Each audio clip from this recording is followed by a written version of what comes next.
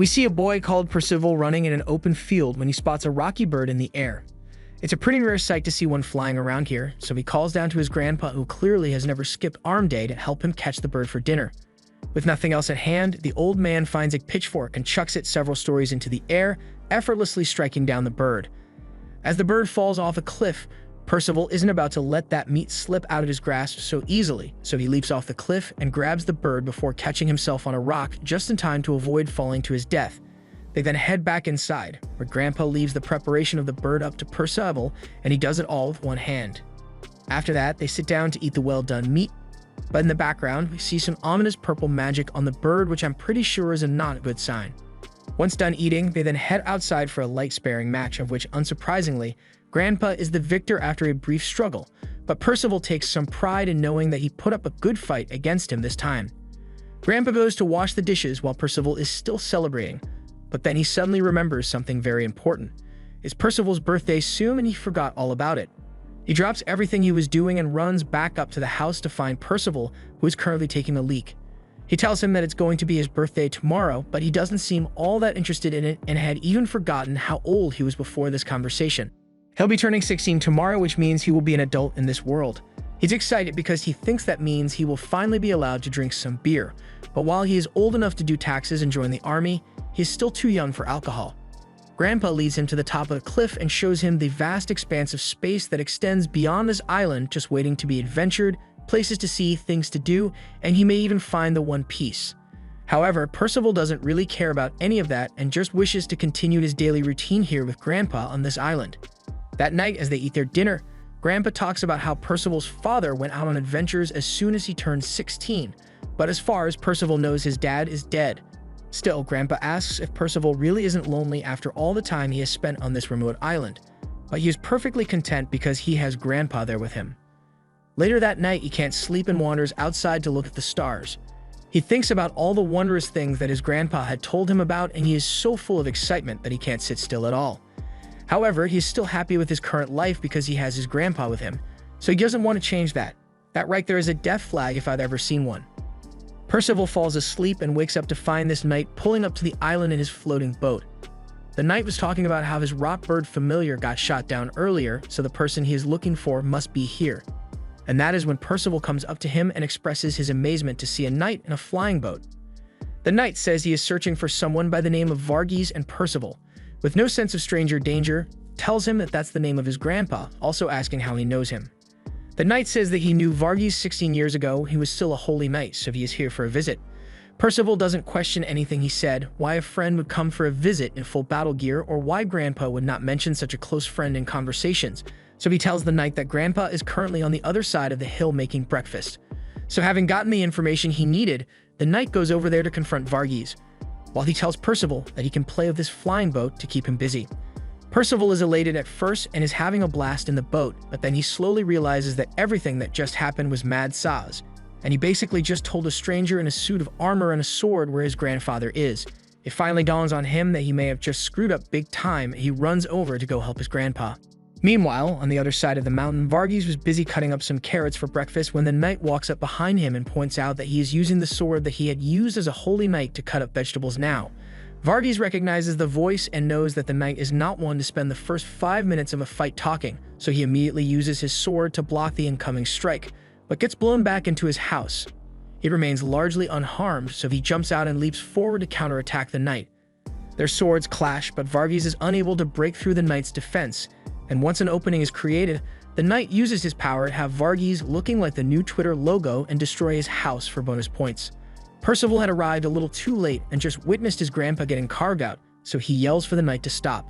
The knight obviously isn't going to stop just because he was asked to, and fires a shot at Percival, telling him that he is next in line to die at his hands.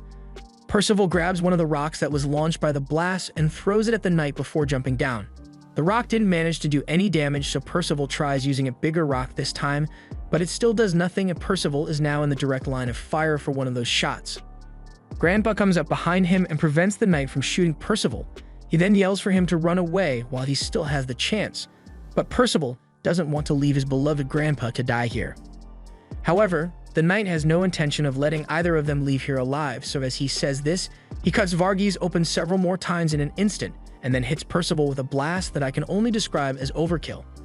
Percival is about to fall back, but with the last of his strength, he tries to punch the knight. However, his little arms aren't going to do much damage, and he coughs up some blood before getting punted backwards and falling in defeat and looks up at the sky as it starts snowing. Varghese asks the knight why he would come here to kill him now of all times, and he explains that there was a prophecy foretold a few days ago, where 4 knights of the apocalypse would bring about the downfall of the Lord King Arthur. They have no real clues on who the knights of the apocalypse might be, so he thought he might as well come here and kill Varghese, just in case. Even if that was his reasoning, he didn't have to kill Percival like that, but he says it was all for the greater good as he leaves. Percival gets up and apologizes to his grandpa for being too weak to protect him, but I'm more curious about how his body is still in one piece after that blast that went in, out, and through a mountain behind him. His grandpa tells him that he shouldn't need to protect someone like him and should find someone more deserving. Percival believes that this must be divine punishment for him lying about being satisfied with staying on the island forever and not wanting to go on adventures, so to calm him down, Varghese also admits that he was actually really happy when Percival said he was perfectly satisfied with just staying with him here. This gets Percival to smile a bit, but Varghese soon coughs up more blood, reminding him that he doesn't have much time left to live.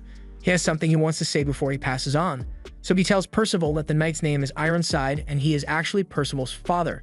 This shocks Percival because, for one, Varghese had told him that his father died when he was younger, and 2, what kind of father would slice his own son into 4 pieces, just in case? This backstory is too long for Grandpa to start explaining right now, so he tells Percival to go and find Ironside if he wants to know the full story. He's sorry, but Percival is going to have to start his new journey alone for the first time. It's going to be tough on him, but Varghese knows he can handle it because he raised Percival to be really tough. The next day, Percival wakes up and looks over at his dead grandpa, filling him with deep sadness.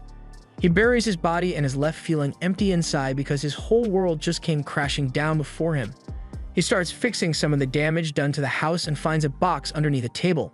In it is a set of new clothes that Varghese had spent several nights sewing for Percival to be able to use on his adventures. A few days pass as Percival has created a monument to his grandpa and is about to leave on his journey. He puts on the helmet and flicks back his cape before tripping on that same cape. Percival begins climbing down the island, but even after an entire day of climbing, he has still made almost no progress at all and can't even see past the clouds. After a little more climbing, he's finally able to see the ground, but in his excitement, he lets go of the cliff and falls to the ground where he finds this creature. He looks up at the creature and thinks about how he has never seen anything like it back on the island. He also introduces himself to it and tells it that he just climbed down from that tall island behind him and is currently looking for a place where other people like him live. However, it doesn't seem to understand a word he just said and begins to walk away from him. Percival keeps following it, so it starts running away from him, eventually leading him to a performing street group.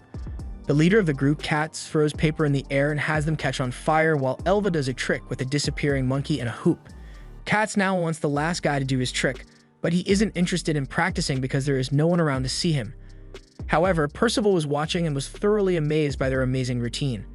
The others are confused as to where a kid like Percival could have come from because they are currently in the middle of nowhere, but Percival wants them to do some more magic tricks, so Donnie tries to take advantage of the situation and get Percival to pay them for it. However, having lived his entire life on a single island, Percival has no idea what paying even means. Donnie then says he will take Percival's stuff as payment for doing his trick, so he does the trick and makes Percival float to his utter joy and amazement. But while Percival was busy enjoying himself, Donnie had already put the others in the cart and began running away with Percival's stuff. The others tell him that what he just did was pretty messed up and he shouldn't leave a kid like that alone in the forest after taking his stuff. Donnie realizes that that kind of behavior puts him firmly in the jackass territory, so he's about to turn around, but then Percival shoots past him with great speed after sprinting to catch up to them. Donnie apologizes because he realized what he did was wrong, but also because he fears for his life after Percival's great feat of strength. Percival tells them he is looking for someone and asks how he can find that person. He tells them the name of the person he is looking for is Ironside, but they don't know who that could be. They ask why he is looking for this person, so Percival explains that Ironside is his father and also killed his grandpa, so they think he is on a quest for revenge. Percival doesn't know whether he wants revenge or not. That is why he wants to go to Ironside and ask him directly why he killed grandpa and why he only showed up now. There are many questions he wants to have answered, but for now, he just wants to beat him up really bad.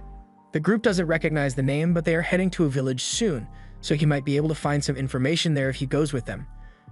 Percival is delighted, however. Dunny says they aren't going to take him for free, however. This time, he just asks Percival to do a trick so he can go with them. They give him a bow and an arrow to see how well he can aim with it, but he somehow manages to nearly hit Dunny, who is standing behind him. They still take Percival anyway since they are a performing troupe and are going to the village anyway for their next performance. Percival asks if the tricks he saw them do before were their performance and tells them that it was amazing and looked just like magic. However, Donnie doesn't like having to do petty magic tricks just to make a living. Katz explains that they are a group of people who have had their dreams of becoming holy knights crushed. At the mention of holy knights, Percival remembers Ironside mentioning that both he and Percival's grandpa were holy knights previously. The others are surprised to hear this because that means he is the son of the holy knight. They ask what country Ironside is meant to be from, but Percival has no idea what a country is, so he isn't able to answer.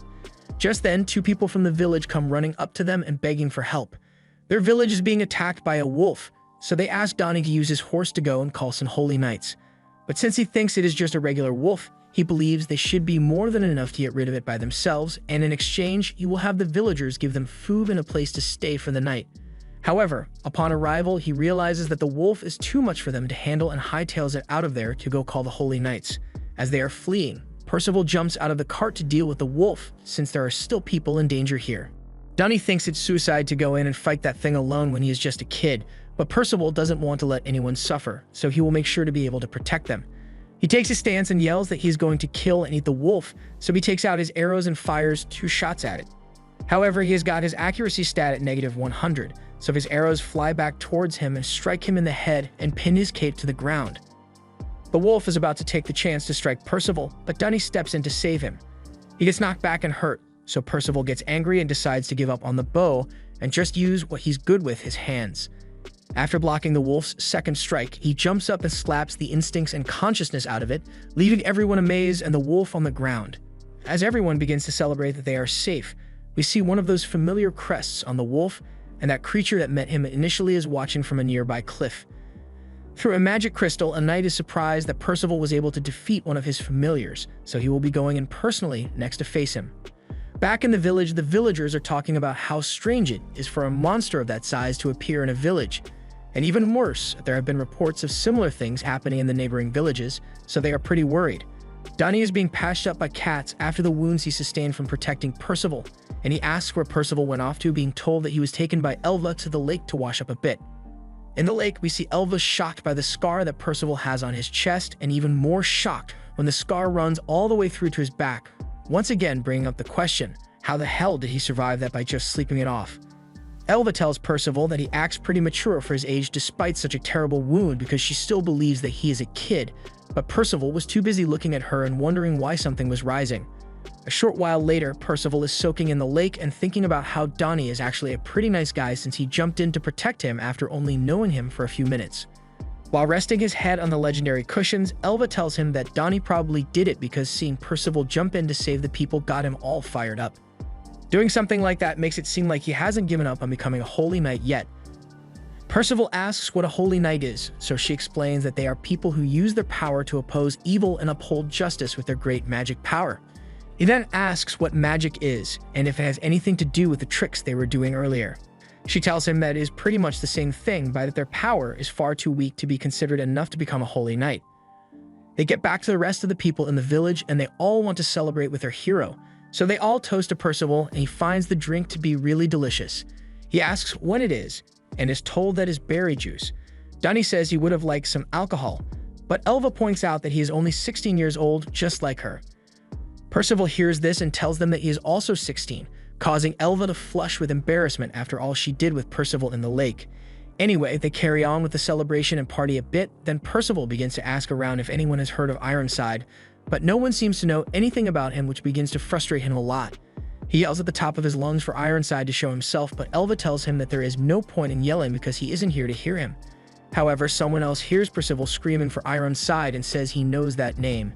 It is the Black Knight. He comes down from his floating shield and talks about how he only came here to find the kid that killed his familiar, but instead finds that Percival, who was reported to have been killed, is still very much alive. He asks if Varghese managed to survive as well, but unfortunately, Varghese didn't have the levels of plot armor that Percival has and died from his wounds. Katz recognizes that this guy is a holy knight and tries to get him to leave Percival alone. But I mean, it's a holy knight, so Katz gets backhanded away. The holy knight kind of apologizes for hitting Katz so hard since he only wanted to push him away a little and didn't mean to give him a concussion from it. Percival asks the knight why he knows his grandpa and Ironside. So he explains that he is Pelagard, someone who knew both his father and grandfather. If he knows Ironside, then Percival tells him that he has until the count of 5 to tell him where he is, and Pelagard is busy talking about how much he likes Percival for not being scared to face a holy knight. They aren't getting anywhere by talking, so Percival and Pelagard prepare to fight. The crowd is smart and runs away so they don't get caught up in what is definitely going to be a chaotic battle. Percival charges forward and surprises Pelagard because he is coming to him without a weapon. But as Percival lands a kick on him and manages to push him back along with his heavy armor, he is thoroughly impressed by the boy's potential. Percival says that if he wins, then Pelagard will have to tell him where Ironside is, to which he agrees, but as he knocks Percival down, he makes his own conditions where if he wins, then Percival must go with him and train under him to maximize his potential. He then strikes Percival with his mace, but he's able to block the blow and leap forward to strike Pell once more. He then unleashes a flurry of attacks on Pell but gets his head palmed. Pell praises Percival for having the courage to leap into danger to protect the weak and the will to not falter, but he tells him to take the fight seriously and at least use magic if he isn't going to be using a weapon. But Percival says he doesn't have any magic to use, which shocks Pell, but gives him all the more reason to want to train Percival. He starts punching him to get him to admit defeat and come with him to be trained, but Percival still refuses to give up. He's getting punched repeatedly, while all the villagers watch knowing that there is nothing that they can do to stop it until one boy screams out for Percival to keep fighting and gives him the motivation to unlock his magic power. The knight feels like he was tricked because Percival had told him that he had no magic, but right now, that definitely looks like magic. However, Percival is just as confused as Pell and begins to freak out after he notices the glowing light emanating from his hands. He starts flailing around trying to get rid of it and accidentally hits Pell, knocking him to the ground. Donnie tells Percival that the light must be his magic power, which gets him to calm down a bit, and as Pell gets back onto his feet, he speculates on what type of magic it could be. Maybe destruction type or enchanting type, but regardless, now that Percival has magic power of his own, he is able to fight Pell more effectively, and as such, Pell tells him to give it everything he's got. Percival rushes at Pell, and Pell swings his mace, creating a fireball aimed straight at Percival. He sees it coming and jumps out of the way to avoid it, but gets his cape caught on fire. The fireball keeps moving around, and Pell explains that this is his magic pyre. The fireball he controls continually aims for Percival, and he can do nothing but jump and duck to avoid it and not get himself roasted. Pell tells him he will never win if all he keeps doing is dodging, so Percival runs up behind him, and as he fires another fireball towards him, he spikes that shit to the ground. However, since Pell controls the flames, he uses his power to redirect the fragments of the fireball and hit Percival with all 6 of them, setting him ablaze. His magic fire has the property of never going out unless the target is burned to ash or Pell himself wants it to stop, so there is no other option for him aside from surrender. However, despite being engulfed in flames, he still chooses not to surrender to Pell despite his friends telling him he is going to die if he doesn't. He spreads his magic across his entire body to shield himself from the fire. Pell is impressed that even though he only just awakened his magic a minute ago, he is able to control it to such a degree that he can spread it throughout his body, but by now he is already medium rare, so Pell tells him to give up before the damage becomes too severe. However, due to Percival's determination, some of his magic congregates on Pell and forms a mini Percival on his arm and several more around him. They may be tiny, but those things are strong and start holding Pell's arms down, releasing the fire magic. But even with this, Percival has already become well done, so he should be down for the count. However, he starts healing himself with the magic and Pell is stood there thinking this dude must be hacking. Percival gets up dazed, but otherwise perfectly fine aside from his burnt clothes, and Pell is trying to figure out what kind of magic he could possibly possess.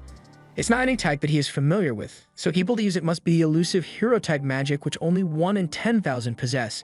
And if that is true, then it is highly likely that he is one of the 4 knights of the apocalypse that the prophecy foretold, meaning Ironside was correct in his assumption.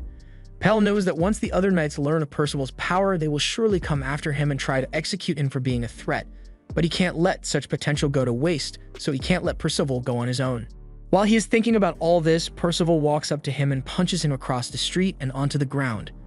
Pell praises Percival for his great control over his magic despite being a complete novice, and Percival is really happy with the compliments he is receiving, but since he is still a novice, Pell is not letting him go and starts using half of his power to break free of the mini Percivals. Even if he is talented and has a powerful magic type against a seasoned knight, he could never actually win. Donnie knows that to be true, so to save Percival, he uses his levitation magic to make Pell float in the air and tells Percival to run while he still can because there is no way he will be able to handle Pell getting serious. Percival doesn't want to run though since he still needs Pell to tell him where to find Ironside, but before long Pell gets fed up with Donnie's interference in his and Percival's fight. So he unleashes more of his power and creates a huge fireball that allows him to escape and also wounds Donnie. He wouldn't normally hurt innocent bystanders, but Donnie meddled in an honorable fight with Percival. He approaches them to finally finish the match with Percival, but then that creature that Percival met after descending the island walks in front of them, confusing Pell. It then pulls out a magic spell stone and uses it to teleport them out of the village. The three reappear on top of a dragon's backbone landmark, which is located over 30 miles away from the village they were just at. Percival wants to return there to help the others, but the fox calls him an idiot and tells him that he cannot beat Pell, and besides, Pell only came to the village looking for him. So now that he isn't there anymore, he's not going to care about the rest of the villagers and will likely just leave. Solid point, but Donnie has another point to bring up, that a talking fox. The fox tells Percival to follow him, but Percival still needs Pell to tell him where he can find Ironside. However, the fox tells him that Pell likely wouldn't know where Ironside is even though they are part of the same team. Donnie asks who Pell is anyway, and the fox explains that he is a knight that serves under an evil king and is part of a team that was tasked with finding the 4 Knights of the Apocalypse and killing them. Donnie's never heard of the Knights of the Apocalypse, but that makes sense because they don't actually exist yet, but they will soon be formed. The fox was sent back here from the future to find these knights who can oppose the Holy Knight's power: famine, pestilence, war, and death.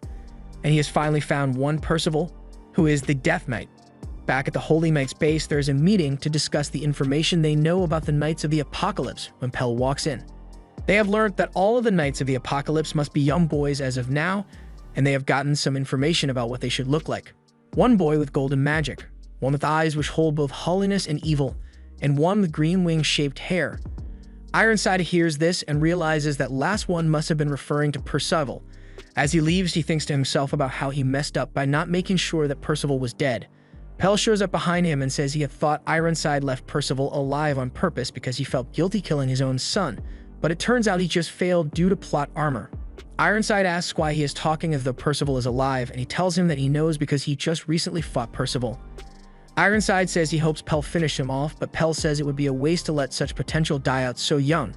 This causes a conflict between the two, and Ironside draws his sword, striking Pell, but Pell easily blocks it. He clarifies that it would be better to bring Percival in and train him as one of their holy knights to make sure he doesn't turn into one of the Knights of the Apocalypse. But Ironside doesn't like that idea because according to the prophecy, Percival is one day going to destroy the world. Meanwhile, Percival has just heard about the prophecy from the fox, but doesn't think it is a big deal because he just has to not destroy the world. Pretty simple. The fox says he is free to think whatever he wants, but he just has to come with him. However, Percival says he still needs to go find Ironside, so the fox tells him that he and the other knights are all in Camelot. Donnie doesn't believe him since Camelot was destroyed 16 years ago. Percival thinks the fox must have lied to him, but Fox Son tells him that it still exists, although it can't be reached by normal means. If he wants to get there, he has to go through the kingdom of Leonis, and Percival is all for it despite Donnie's protests. Donnie finally agrees to go with him since Katz and Elva will probably be fine on their own. So they head to the kingdom of Leonis, which is 200 miles away, with the fox named Sin. As they finally make it off the dragon's backbone, Percival's stomach begins to growl and he gets an idea for a competition to see who can catch the best prey for lunch. Percival takes out his bow and arrow to go hunting, but Donnie remembers what happened last time and takes away the weapons until he can actually learn how to aim. He wanders around the forest and finds a gorge which looks really interesting, so he goes into it. Meanwhile, Donnie's trying to use the bow, and he's not very good, but at least his arrows go in the direction of the target. He misses one of his targets and hits a giant nun praying in the forest. They apologize, but she says it's no big deal since it didn't do much damage. Just then, two fairies come to her and say there's a short human who went into the gorge, and that particular gorge is pretty dangerous because it contains all kinds of monsters. The same monsters that Percival is currently backhanding.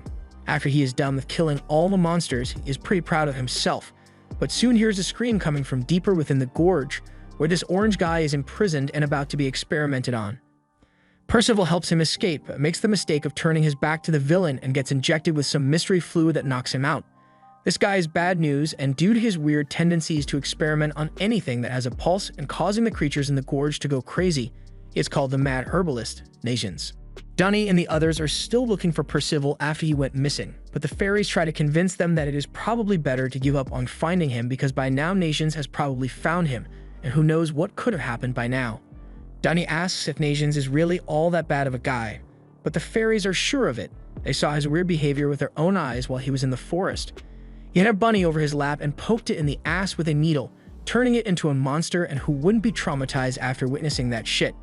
Knowing what kind of psycho Percival could currently be stuck with, they all hurry to try and find him before anything bad happens, and on Percival's end, he is finally woken up from the mystery injection and realizes that he has been tied to a chair with nothing but his underwear on, greatly confusing him.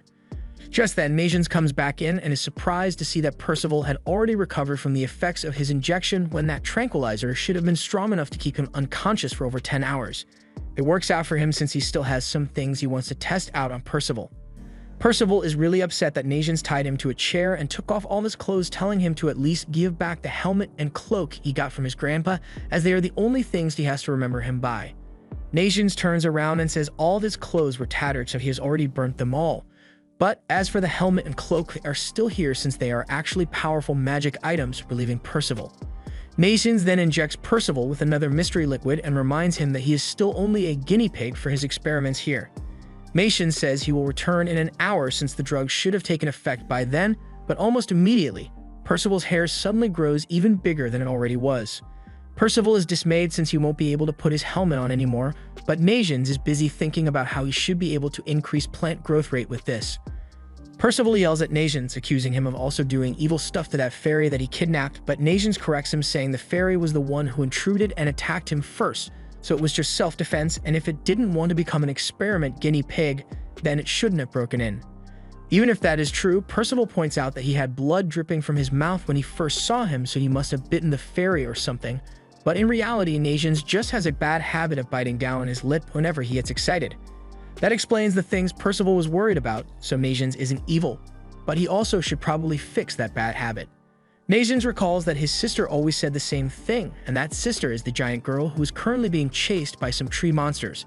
Donnie tries to climb away, and the fairies blame this entire thing on Nations and his weird experiments. However, his sister adamantly denies that Nations is the type of person to do anything like this. Back with Nations, Percival now understands that he isn't necessarily evil, but he needs to be let go because there is a place he needs to go to, and Nations agrees to let him leave, but only after he is done with his experiment. It needs to be done very precisely, otherwise the backlash could very well kill Percival. He questions Nations on why he is going through all this trouble to do this. He feels no obligation to explain his actions to someone like Percival.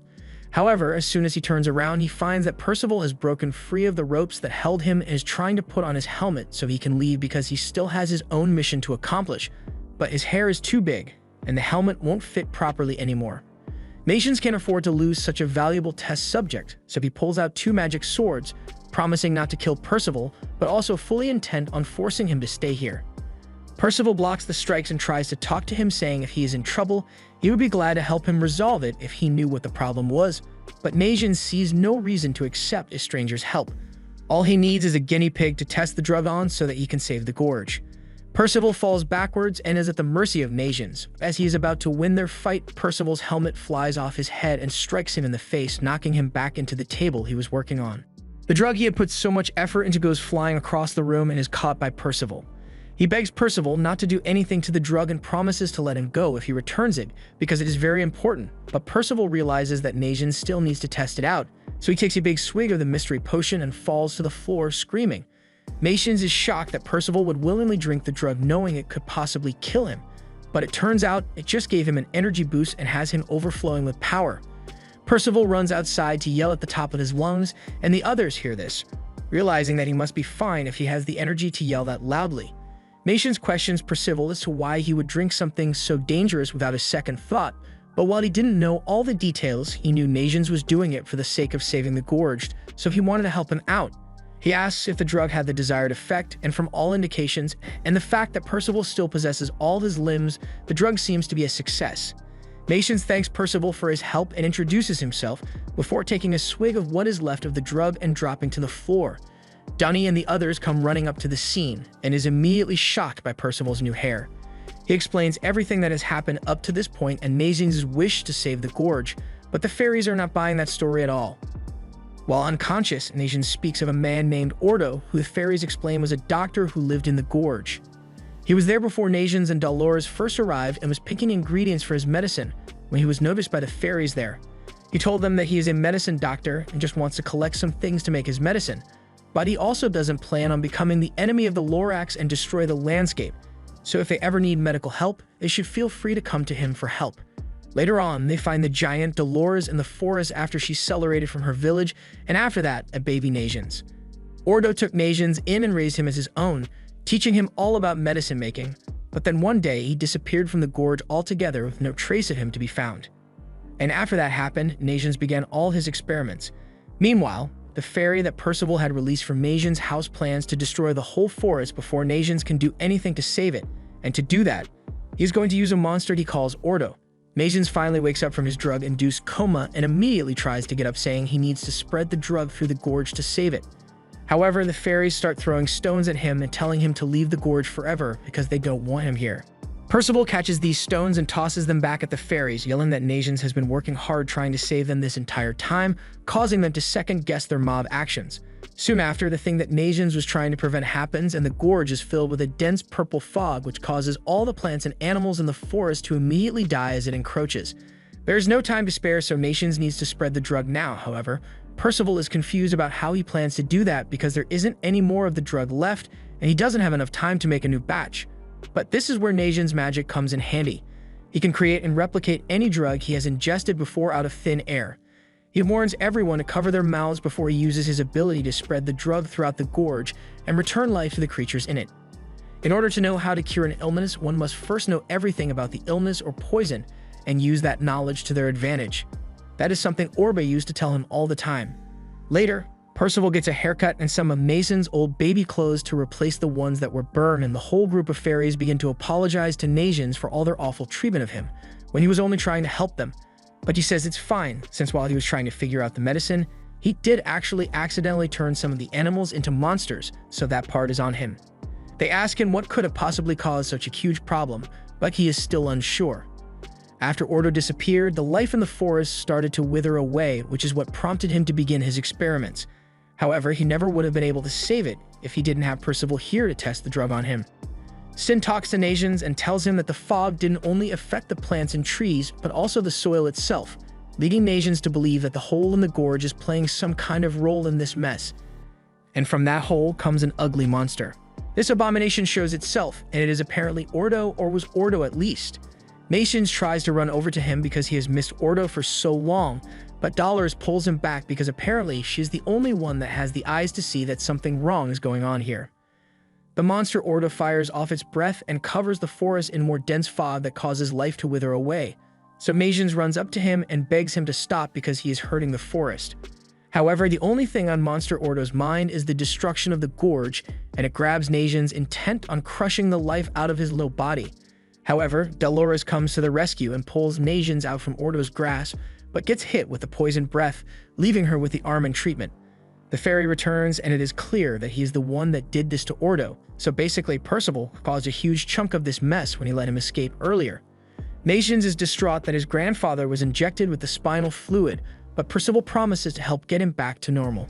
But even though that is his intention, there isn't exactly a book on how to fix this, and they don't have a Berthold either, so I don't see how he plans to restore Ordo. Sin tells him he might have to get rid of that fairy if he wants to get Ordo back to his previous state. However, before they can take a crack at it, the fairy gets sniped with an arrow to the forehead and falls to the ground. The others have no idea where that shot came from, but Sin directs their attention to Ordo, who collapses as well. They see a holy knight above them, and Percival yells for him to identify himself. His name is Talisker, and he is the Ember Knight of the Eternal Kingdom. Hearing that he is a holy knight, he realizes that Talisker must be friends with Ironside. Nazian's yells at him for what he has done to Ordo, so the knight lands on the ground, saying he will tell them everything they want to know if they can manage to land even a single hit on him. Sin warns Nazian's not to fall for such obvious provocation, but it's too late, and he is already in fight mode. Talisker notices that Nazian's has magic of both an alteration type and enchantment type, which is pretty rare as far as magic users go. Percival says he will fight alongside him, but Najin says it is too dangerous for him as someone without magic power. Percival just smiles and goes into Dragon Ball stance to release his magic, but nothing happens. He continues to push, and eventually, a gas comes out. But it wasn't very magical. Najin thanks Percival for wanting to help, but this is something he has to do on his own. Najin rushes towards Talisker, who raises his axe to the sky and summons a storm. Sin warns Najin of the incoming attack as a wall of hailstones come crashing down on him. By every indication, Najin should be dead, but Percival somehow ran in front of him and pushed him back to avoid the hailstones. That's some serious speed right there, but he must have been on cooldown because he does nothing to react to Ordo smacking Najin away from behind. Talisker says it's time to end this and orders Ordo to finish him off, but Percival's speed cooldown must have ended because he makes it just in time to stop the lunge from hitting Najin, but for some reason decided to block it with his head instead of his hands. He isn't going to let Talisker force Ordo to kill Najin after he has spent so much effort protecting this place. Talisker yells for Ordo to finish it, but it seems Percival managed to get through to him as he begins to cry and call out to Najin. Talisker has grown tired of this, and if Ordo isn't going to listen to him, then he will just crush him along with all the others and call down another hailstorm to kill him. However, Percival's speed is back up and running again, so he leaps on top of Ordo and jumps into the air, proceeding to throw hands with a storm. The others are just standing there watching like, damn, this kid is really boxing with a storm. After he is done, Percival lands on the ground bleeding and exhausted, causing him to fall to the ground, but before he lands, Dunny slides in and catches him. Najin questions why he would do something so dangerous, but Percival just wanted to save Ordo so that Najin will eventually be able to turn him back to normal. And while Najin still isn't sure how they are going to do that, he trusts Percival's word. Talisker is about to attack again when suddenly, Percival begins to glow with a blinding yellow light, has managed to awaken his magic power again. Talisker is shocked because he has never seen magic power like Percival's own, and the Najins are equally shocked. Even though he was in really bad shape just a second ago, he is completely healed and is producing even more magic than when he faced the Black Knight. If Percival's power allows him to heal, and Talisker says he will just crush Percival so badly that there will be nothing left to regenerate from. He calls down a massive hailstorm and makes it hit exactly where Percival is standing. The hail hits the ground and Talisker is sure that he must have been turned to mince meat by an attack like that, but Percival's magic shields him by absorbing all the stones and afterwards fires them back at Talisker. He is forced to dodge and is brought to his knees as Percival walks up and reminds him of the deal they made at the beginning. If he managed to land a hit on Talisker, he has to tell him everything he wants to know and fix Ordo. Talisker yells out in a rage because he is losing and swings his axe at Percival, but the axe doesn't even draw a drop of blood. He swings at him several more times, but Percival is still standing perfectly intact. Talisker praises Percival's defensive capabilities, but he doesn't think he will ever be able to land a hit on him with those bare hands. Never mind, that will do it. Now that Percival has managed to land a hit on Talisker, he demands to know what he did to Ordo that made him like this. He was a kind person who gave medicine to the fairies and took in a stray giant. Why does he have to suffer like this? Talisker says that's the problem since saving other beings aside from humans is outrageous. So he is racist. He says that what King Arthur desires is a world where all the other inferior races have been eliminated and only the pure-blooded humans can live in peace. Talisker had warned Ordo not to aid the other races in the forest, but he didn't listen to the warning and continued to help them, which is why he turned Ordo into a monster. Percival thinks that is the dumbest reason he has ever heard for turning someone into a monster, but Talisker stands firm by his racism. He then uses his magic to control the weather once more and summon lightning upon Percival. The blast is a direct hit, but it does no damage once more as Percival's magic shields him and absorbs the lightning. He runs towards Talisker with the lightning and uses it as his own attack while Talisker has finally recognized him as one of the foretold 4 Knights of the Apocalypse. He manages to dodge Percival and thinks this is a good opportunity to make sure that the prophecy does not come to pass by killing Percival. The others go to Percival and tell him that his power seems to take the shape of whatever he imagines, so he should imagine a weapon. But make sure it is not a bow because Percival still sucks at using those. Talisker uses his strongest attack, forming a bird from all the power he has, and this creates an image in Percival's mind of the time he cut up a rock bird for dinner. So he forms a knife and gets the others to let him cook.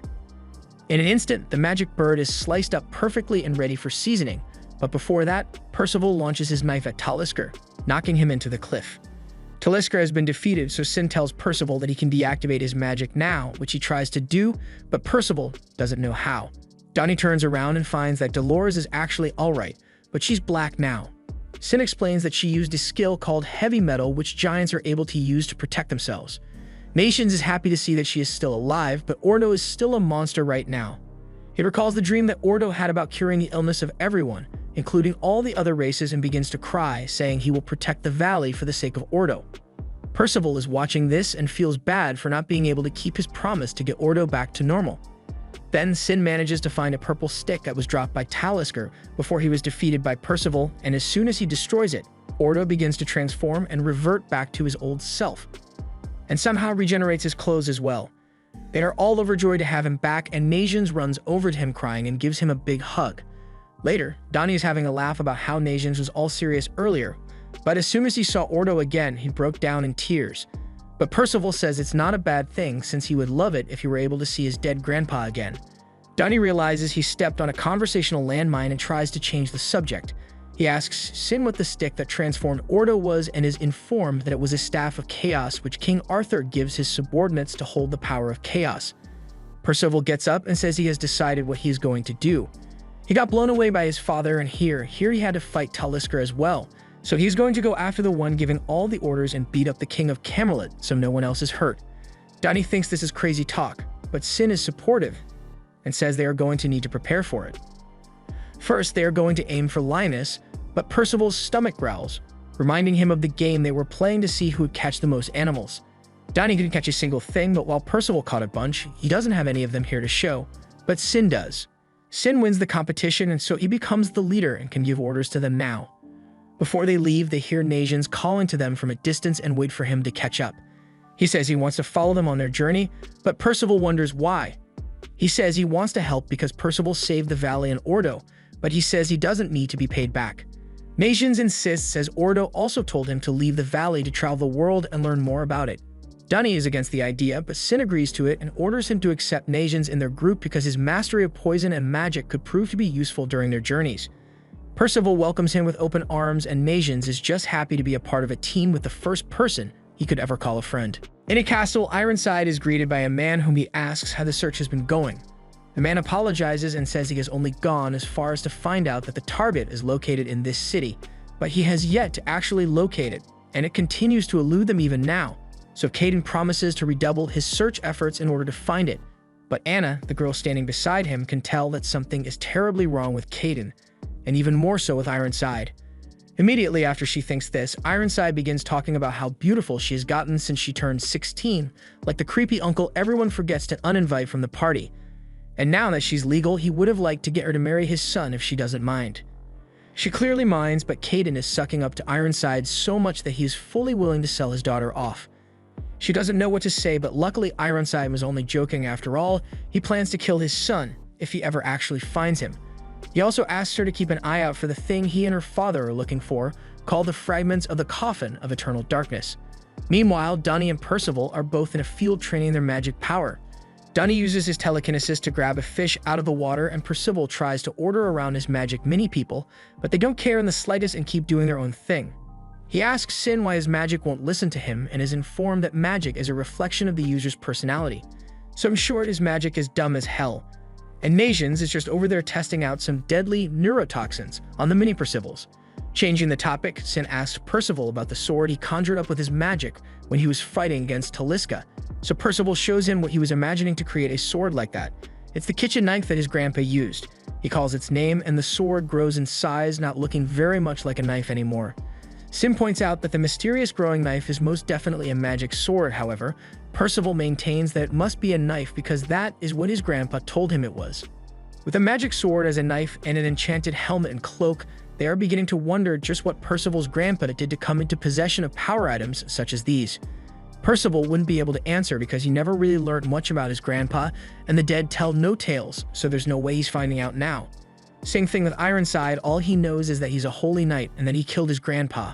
But even so, he is going to do whatever it takes to go to Camelot and find him to deliver the beating he deserves.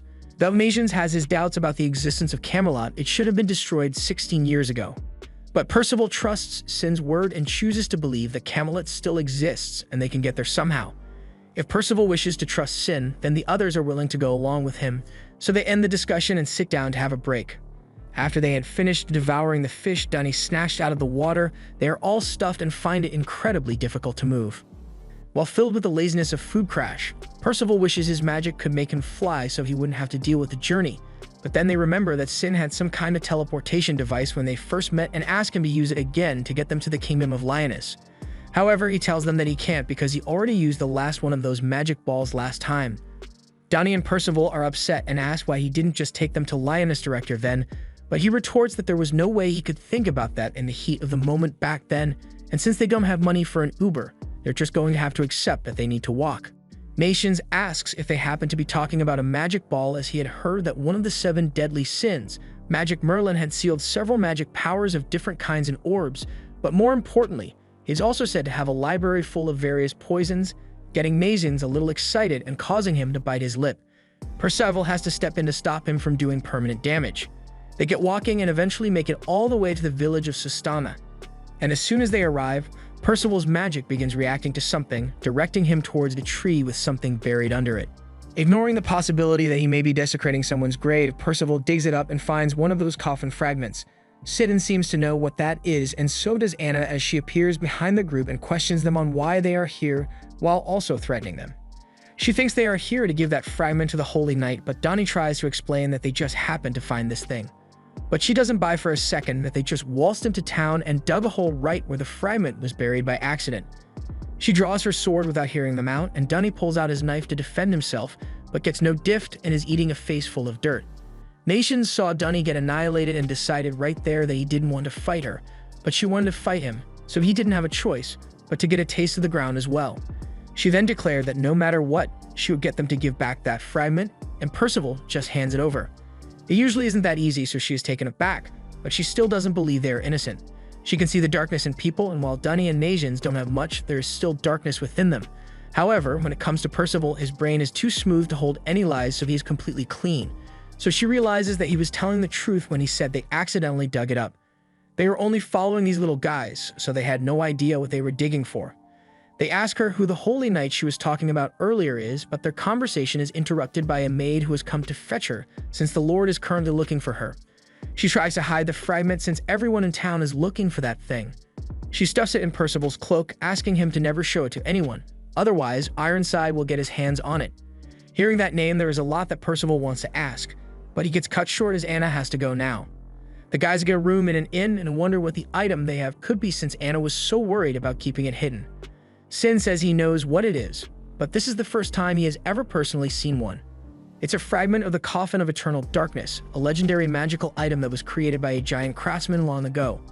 Nations notices that Percival has been awfully silent lately, so he asks if there is something bothering him. Since Anna mentioned Ironside, he knows he must be coming to this town at some point, so he's going to go and beat him.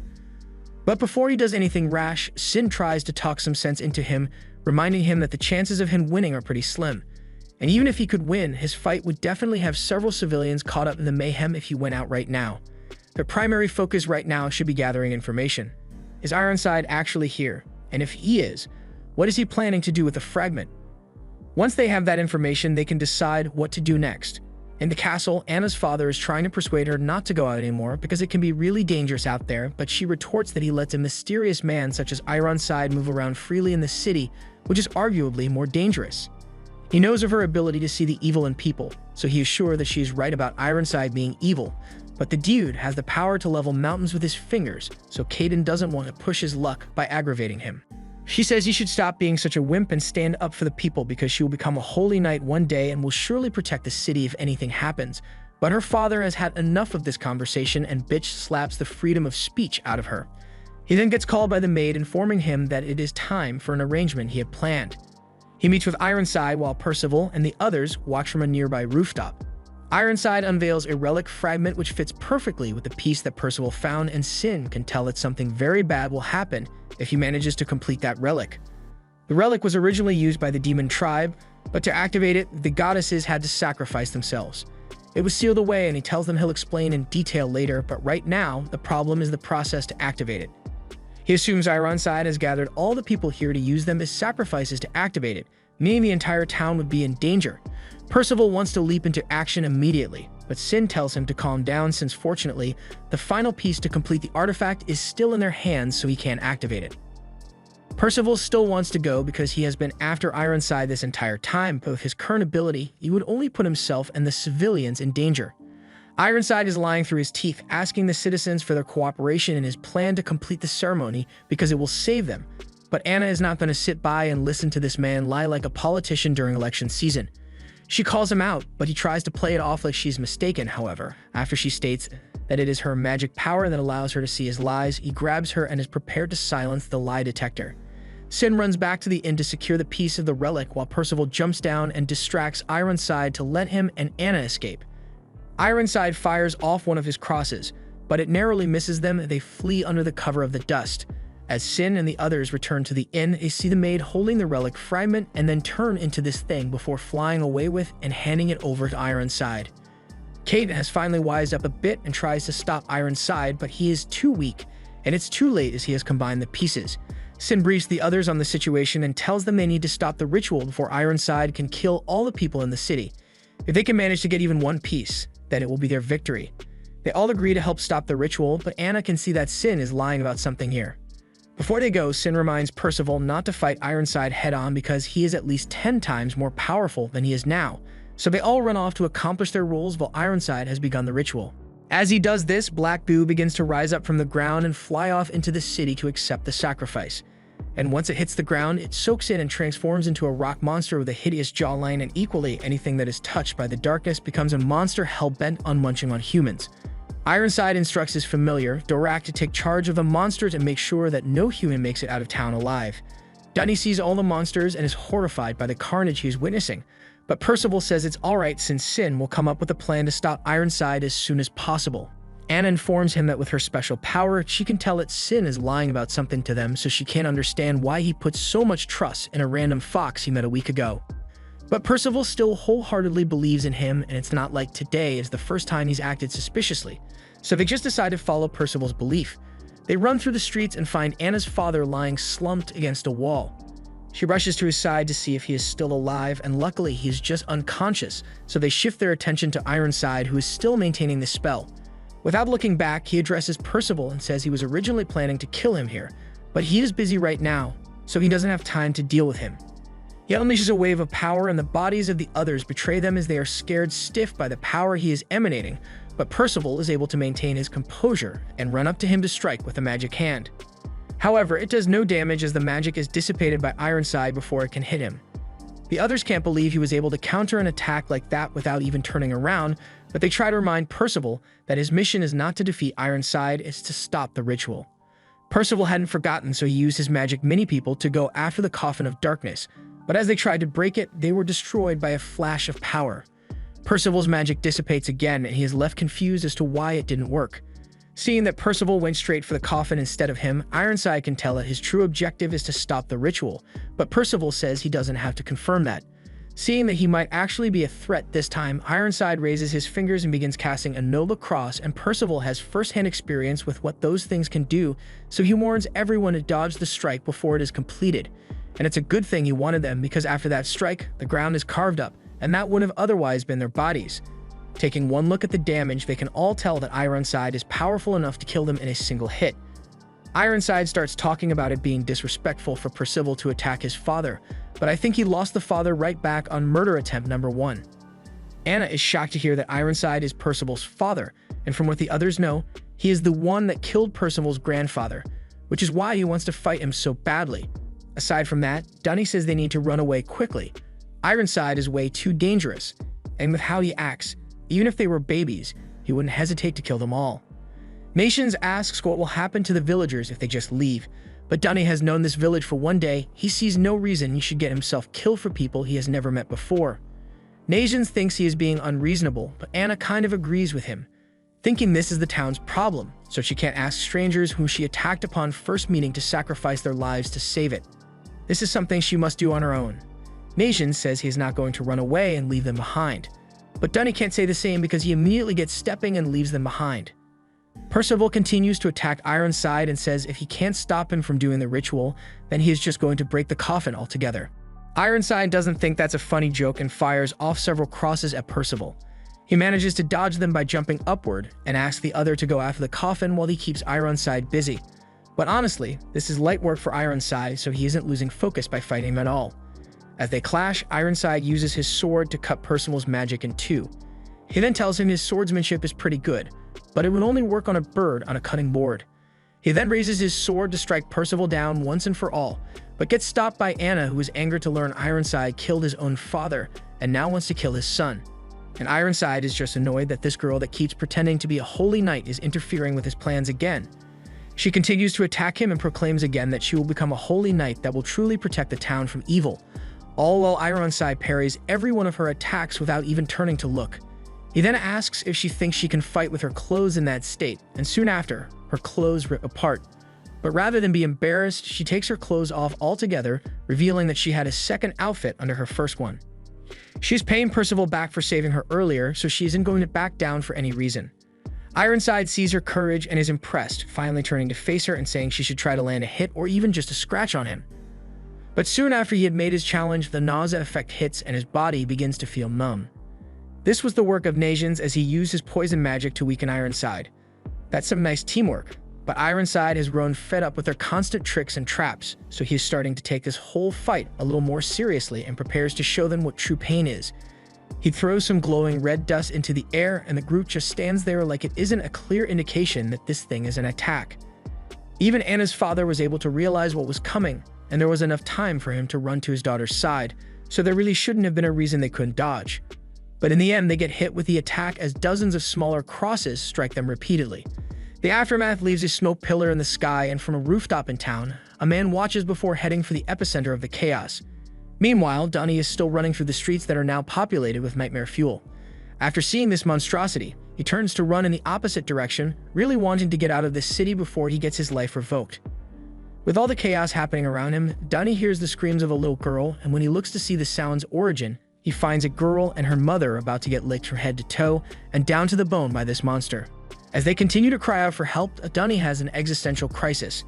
His intention was to leave the town and never look back, but even he isn't able to turn his back on a crying girl. But with that being said, he has no idea how he is meant to defeat that thing, so he wonders what he is supposed to do.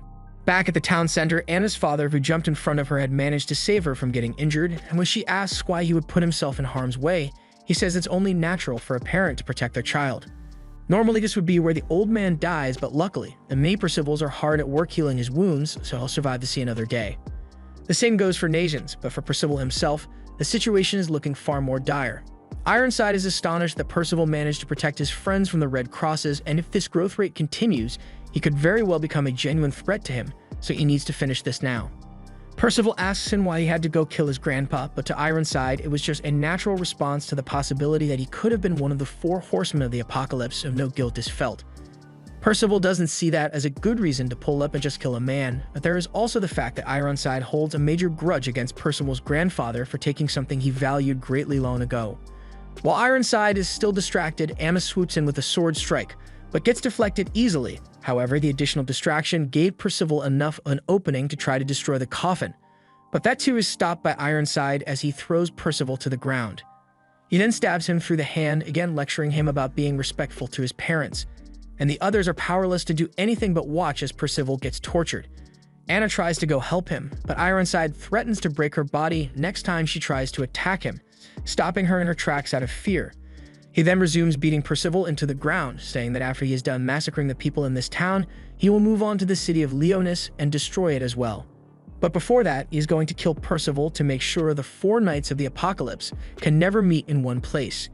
He sees Percival's magic trying to heal his injured hand, so he stomps it into the ground to stop it from healing and calls Percival's magic pathetic. He raises his sword and stabs Percival through the stomach, while the others plead for him to stop. And as Percival looks up one final time, we see the light fade from his eyes. After that, all of his magic fades away, and Ironside is sure that he is dead this time. He has now taken care of one of the 4 knights, so all that is left for him to do here is to kill all the people in the town to complete the ritual. Najins, through tears, runs over and pulls Percival's body back. Ironside couldn't care less about those 2, so with Percival dead, he turns back to complete his ritual. Najins can't believe he is dead and tries to give him the medicine he had made to cure the gorge, but being dead, Percival is unable to drink it. Anna steps up and tries to feed him the potion with mouth to mouth, but Percival still can't drink it. It's not looking good for the prospects of Percival surviving, but just when all hope was lost, one mini Percival is reformed, indicating that Percival is still alive. Ironside overhears this and is shocked that Percival has somehow managed to come back to life, but it doesn't matter to him since he can simply kill him again. He launches one more red cross, but Nations gets in front of Percival's body to shield him. Due to the poison Nations had used on him earlier, his attacks have grown weaker and more imprecise, which is how Nations survived that deadly hit. Ironside gives him one last chance and tells the boy to leave this place and let Percival die if he wants to get out alive, but Nations isn't budging and will take as many hits as necessary for the sake of Percival. Anna is also going to stand by his side and defend Percival, because she owes him a great amount for all the help he has given her. As she clashes with Ironside again, Percival's magic slowly recovers as more and more of his mini Percivals reform. As Anna continues to fight with Ironside, he is still far stronger than her even in his weakened state, so he manages to give her a haircut in the middle of the battle. But while Ironside was distracted, Percival's magic had returned to full strength and had even grown stronger than it was before.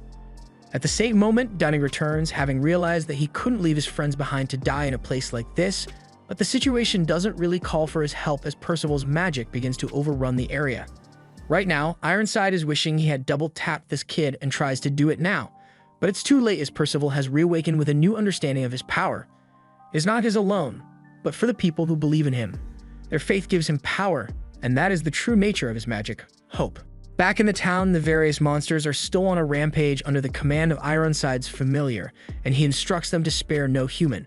No matter what it takes, they must all die in order to awaken the coffin as Ironside wants. As the mayhem continues, from a nearby alleyway, a man emerges holding several knives, and as one of the citizens about to get eaten by a monster, and has its body turned to dust in an instant. This was the work of that mysterious man, and after defeating the monster, the knife in his hand shatters to pieces, so he brings out the next one. With these knives, he continues to lay indiscriminate carnage upon the monsters and destroy them before they can tell what's happening.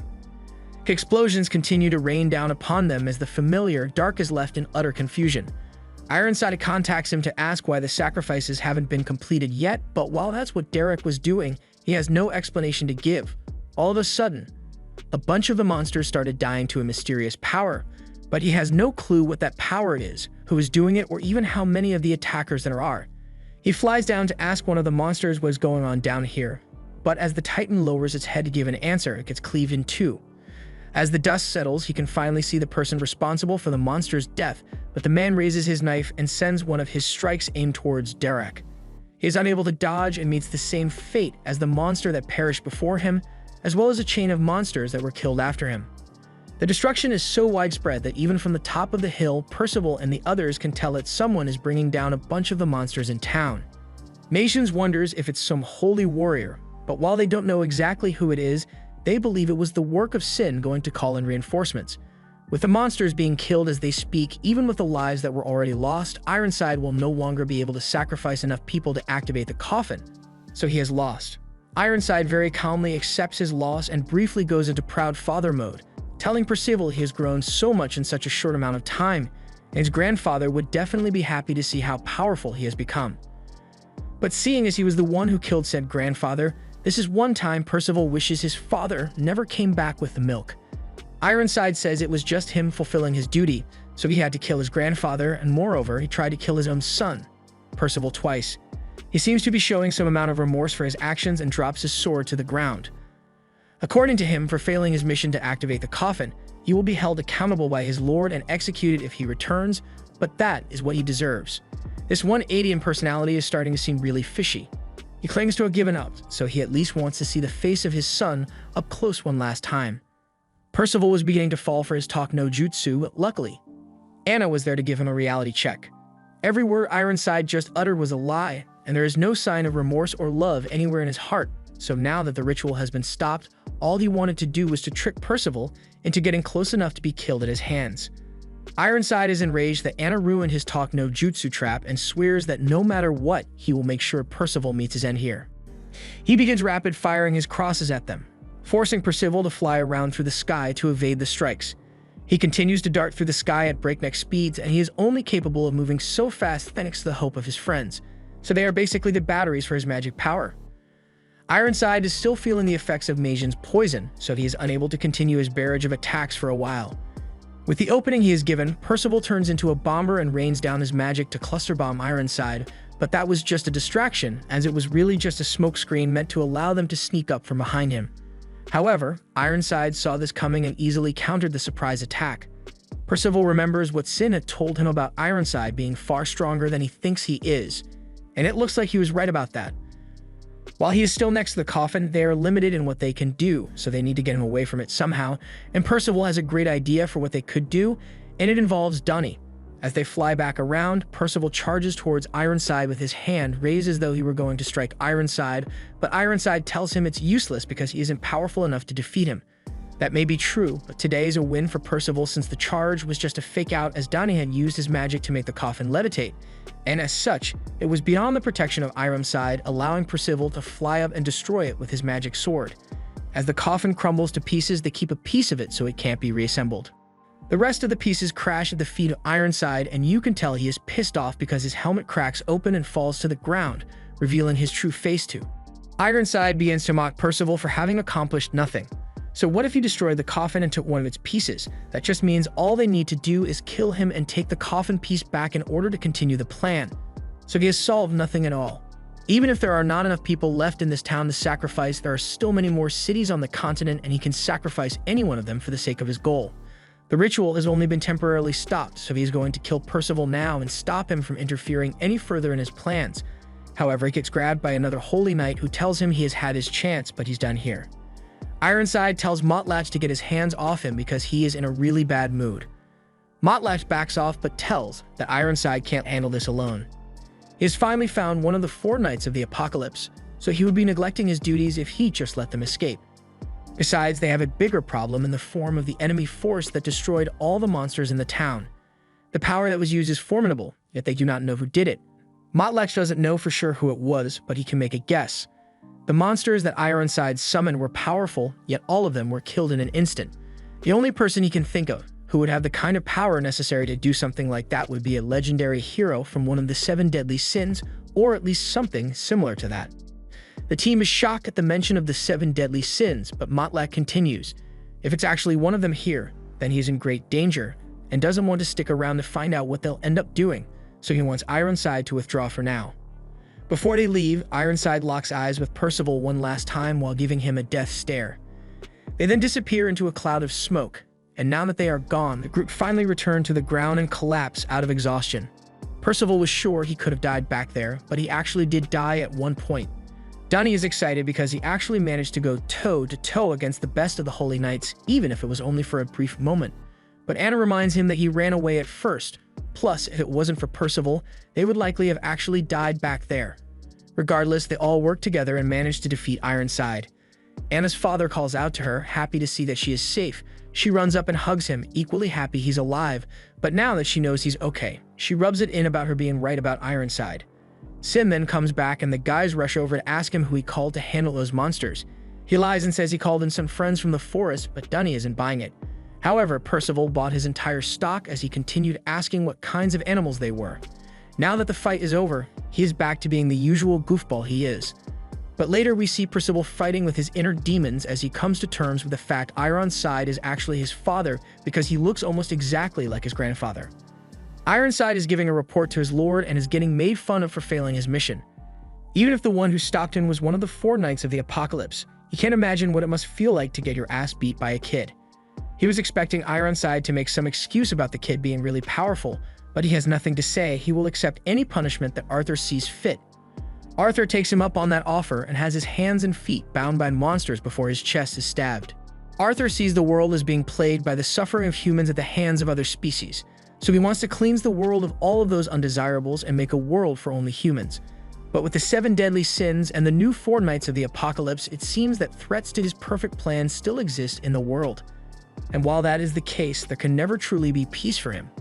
All said while Ironside is still getting penetrated violently by the monster. Arthur says he doesn't want any more failures from Ironside as he is expecting great things from him. As the monster retracts its tentacles from Ironside's body, he realizes that he feels much better, and Arthur informs him that the penetration was to remove the poison in his system from his last battle. Ironside promises not to disappoint him, but Arthur has another mission in mind for the Holy Knight.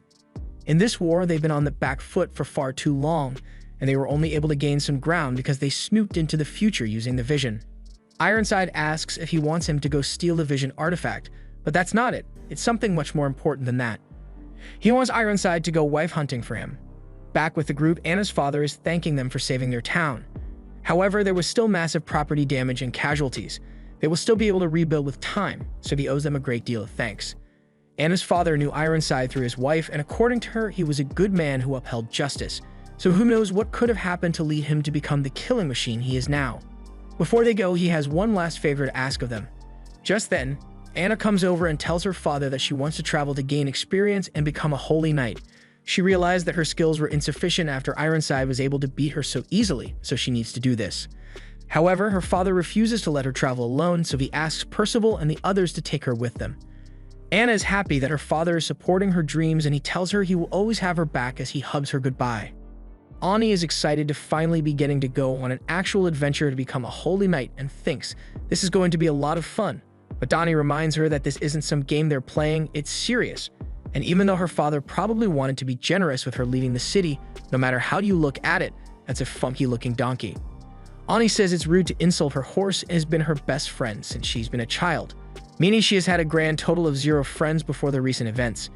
It makes sense since her ability to see through lies would probably make her unlikable to the other kids, but that doesn't matter now because she's got actual friends in the form of Percival and the others. She gets embarrassed and says she doesn't need their pity, she had no friends because she chose to have no friends. Nassians thinks it must have been hard to live like that since she would eventually get lonely, but that was simply how she lived. Even if it was hard, there was no way around it. Percival tries to lighten the mood by joking about how Sylvan's legs are short and stubby, smacking him on the side, but Sylvan was having none of that and kicks Percival into the stratosphere. After recovering Percival's body, he is completely out of it and is being dragged by Nassians, who is starting to wish they had gotten a cart to go with Sylvan. Donnie agrees, but Ani thinks they are just being annoying and warns that if they are too slow, she might leave them behind. And Sylvan turns his head with a smug look of "I'll fucking do it again."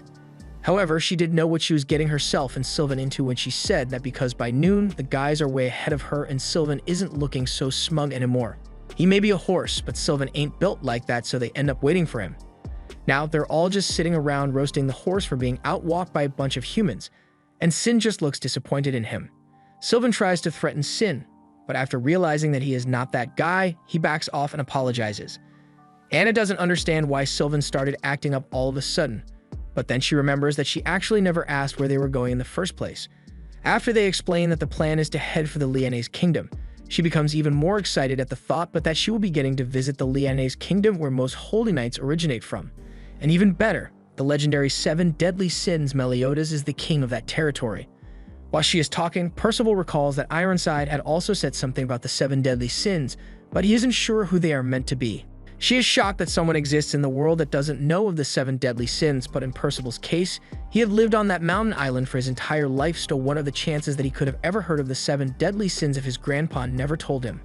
She explains that Meliodas was their leader and saved the kingdom of Lioness several times over, and along with 6 other holy knights, he was able to defeat the demon lord. Those are the 7 deadly sins, and Anna has been fangirling over Meliodas for the longest time. She even has one of the limited edition wanted posters that were drawn of Meliodas, but they look almost nothing like the real deal. Donnie thinks she might have a huge crush on Meliodas, but she denies it, saying she only has admiration for the leader of the 7 deadly sins. On that note, she remembers that they never discussed who would be the leader of their group when they first set out. Percival doesn't know what a leader is, but that's fine since he and his smooth brain were never in the runnings for being leader in the first place. He may be their most powerful force, but right now he's more of a mascot if anything. She also doesn't think Nassians would fit the role of team leader very well, and he wasn't interested in it either, but he is very calm and reliable, so being the team advisor would be a good role for him. And as for Donnie, I don't think much needs to be said about him. That leaves just her to take on the role of leader, and though it's not like she wanted to be the leader from the beginning, she's willing to take on that role for the party. The others don't really care, so they let herself elect herself as the team leader. Percival chimes in that Donnie isn't so bad since he ended up helping some of the people in the city, but he says it's not a big deal. Hearing that Donnie used his powers to save people, Anna asks if he is also aiming to become a holy knight, and he confirms it. But his dream of becoming a holy knight has nothing to do with her, so he doesn't understand why she is so upset by it. Sin breaks them up and tries to get everyone back on task as he pulls out a map so they can tell where they are and how far they need to go from there. They all gather around the map to plan their route, and Anna is getting a little salty because she is meant to be the leader here. They conclude that to get to Lyonnaise, they are going to need to cut through the Dalfury Mountains. So before they head to do that, Sin wants to go to a post town nearby called Kanto to get some things ready in preparation for their trip through the mountains. Anna is against it as she wants to get to Lyonnaise as soon as possible, and thus thinks they should just go straight through the mountains. But Sin tells her she is being reckless, and the mountains have a survival rate of almost 0 because it is an area shrouded in darkness. So if they want any chance to make it out to the other side, they need to be well prepared for it. She relents on her insistence, and Percival is excited to get to see another city, while Nassians is interested to see what kinds of drugs they have there. But really, he should be more interested in getting his shirt fixed first. In a tavern in town, there is a man drinking himself to death to drown his sorrows in liquor. And while the bartender thinks he has probably had too much to drink by this point, he doesn't dare to do anything to stop him or consequently put himself in the line of fire for Amy drunken rage, because this man is no ordinary drunk. He's a holy knight, Commander Hauser. As Percival and the gang approach the city, Donnie has a flashback to the time he was training to become a holy knight under Commander Hauser. He and a friend called Eden were fighting for their training while Commander Hauser gave them instructions on how to improve their fighting capabilities. After the training was completed, they asked Hauser if they had what it takes to become a holy knight. And while he did think they were improving steadily, magic and sword skill alone would not guarantee that you could become a holy knight. What was important was how you use your power, a lesson he learned far too late in life. But not to worry, because he will be sure to teach them so they don't make the same mistakes he made in life. Back to the present, the team arrive at the entrance to Kanto, and it looks far more like a fortress than a city. They make it to the general store, and Miss Leader over here is getting distracted by all the pretty things available to be bought, while Nassians heads to a blacksmithing to pick up some medicine bottles. And as for Donnie, he's heading to the bar to get plastered. Meanwhile, Percival is wandering through the city when he comes across a fighting ring where the champion is absolutely demolishing the competition out here. Sin rounds them all up and says they have to secure accommodations first before they do anything else, so they all head to the inn to get some rooms and a stable. The innkeeper says there are rooms available and it will cost 22 silver pieces, but they don't have their money with them because Sin gave it to Ani to manage. You know, because she is the leader. But then you see her carrying this huge bag of stuff, so they might start to regret letting her rig that election in the first place. She bought tons of stuff, and while some of them are actually useful like new clothes and blankets, there's a bunch of useless and expensive stuff she bought for herself in there, so they are left with only 3 silver out of the 10 gold Sin had given her. He is irate over her complete lack of frugality with their money and calls her a terrible leader. She doesn't like being reprimanded, but she also knows he's right about her spending too much money, so in a huff, she takes Percival to go return all the useless stuff she bought. In the meantime, Donnie takes Nassians to a bar to get a drink, but since Nassians doesn't drink, he orders a glass of milk for him instead. From behind, Hauser walks up, and after spotting him, Donnie recoils in fear, informing Nassians that this man is a holy knight, and also his uncle.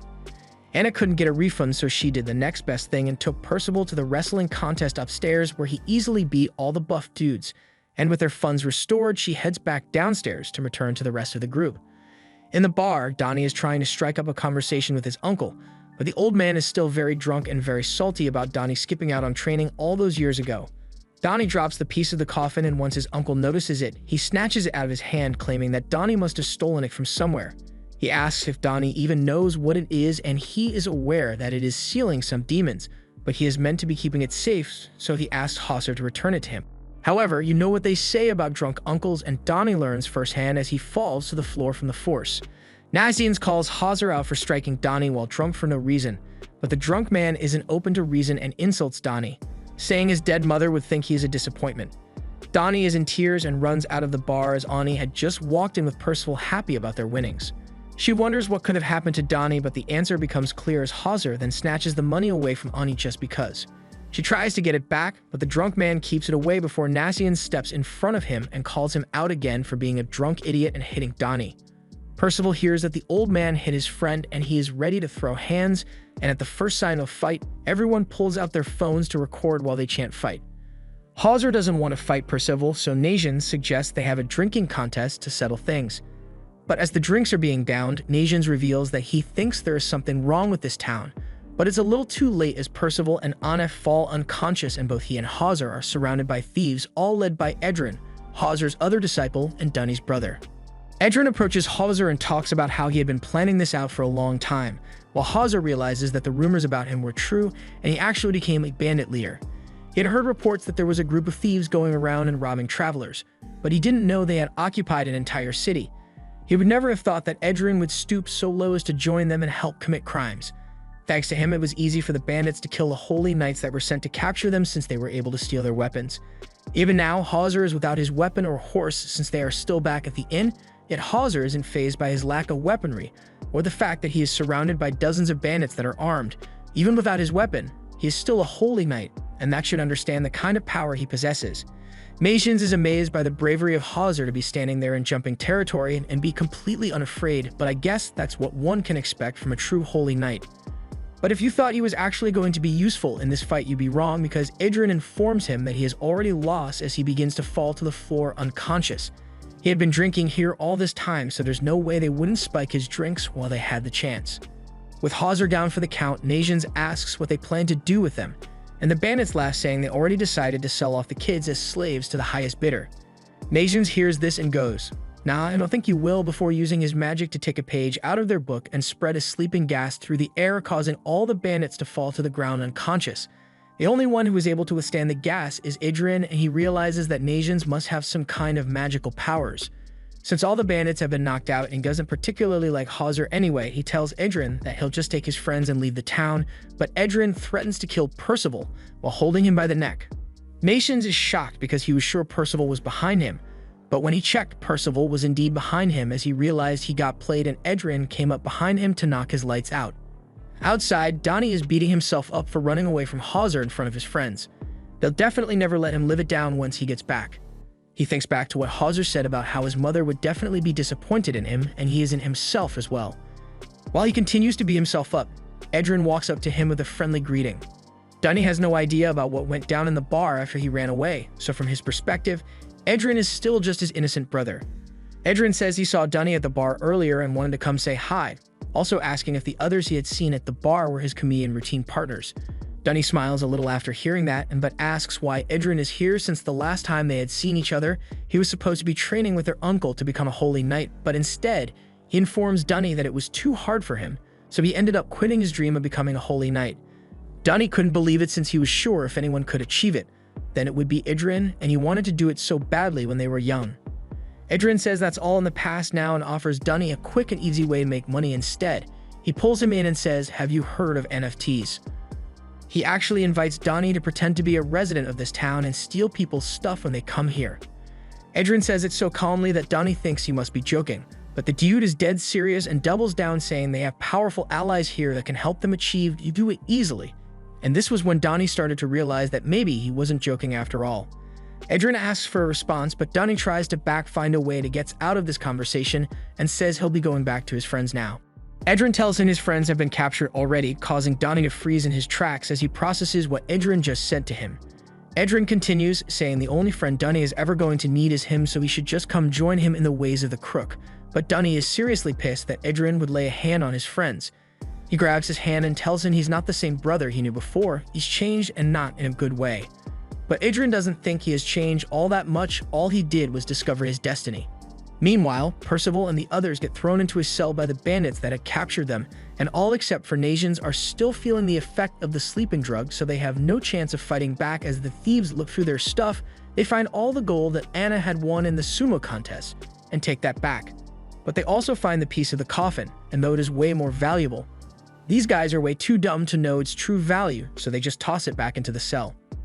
The bandits leave after taking everything that they consider to be valuable from the kids and leave them in the cell to later be sold off into slavery.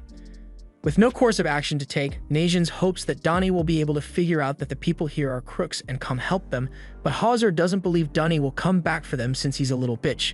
They suddenly hear Thais, the barman, coming around the corner, and he is here to help them get out of this sticky situation. As he unlocks the gate, he tells Nations how impressed he was by his drinking ability. Even at his size, he would never be able to drink that much. Nations explains that it's not that he can drink a lot, rather with his magic power, he is able to neutralize all poisons that enter his body, so alcohol just has no effect on him. Thais enters the cell and walks up to Hauser, who is still asleep, telling him that he needs to help stop the bandits, otherwise this town will be destroyed. Hauser asks if it is because of Edrin, but no, it's something far worse. Edrin has seen how to train your dragon and got one for himself. And with an ancient dragon in their side, they are practically invincible since no one can beat it. Edrin once again urges Donnie to reconsider and join his side so they can plunder together as brothers, but Donnie just turns and runs away.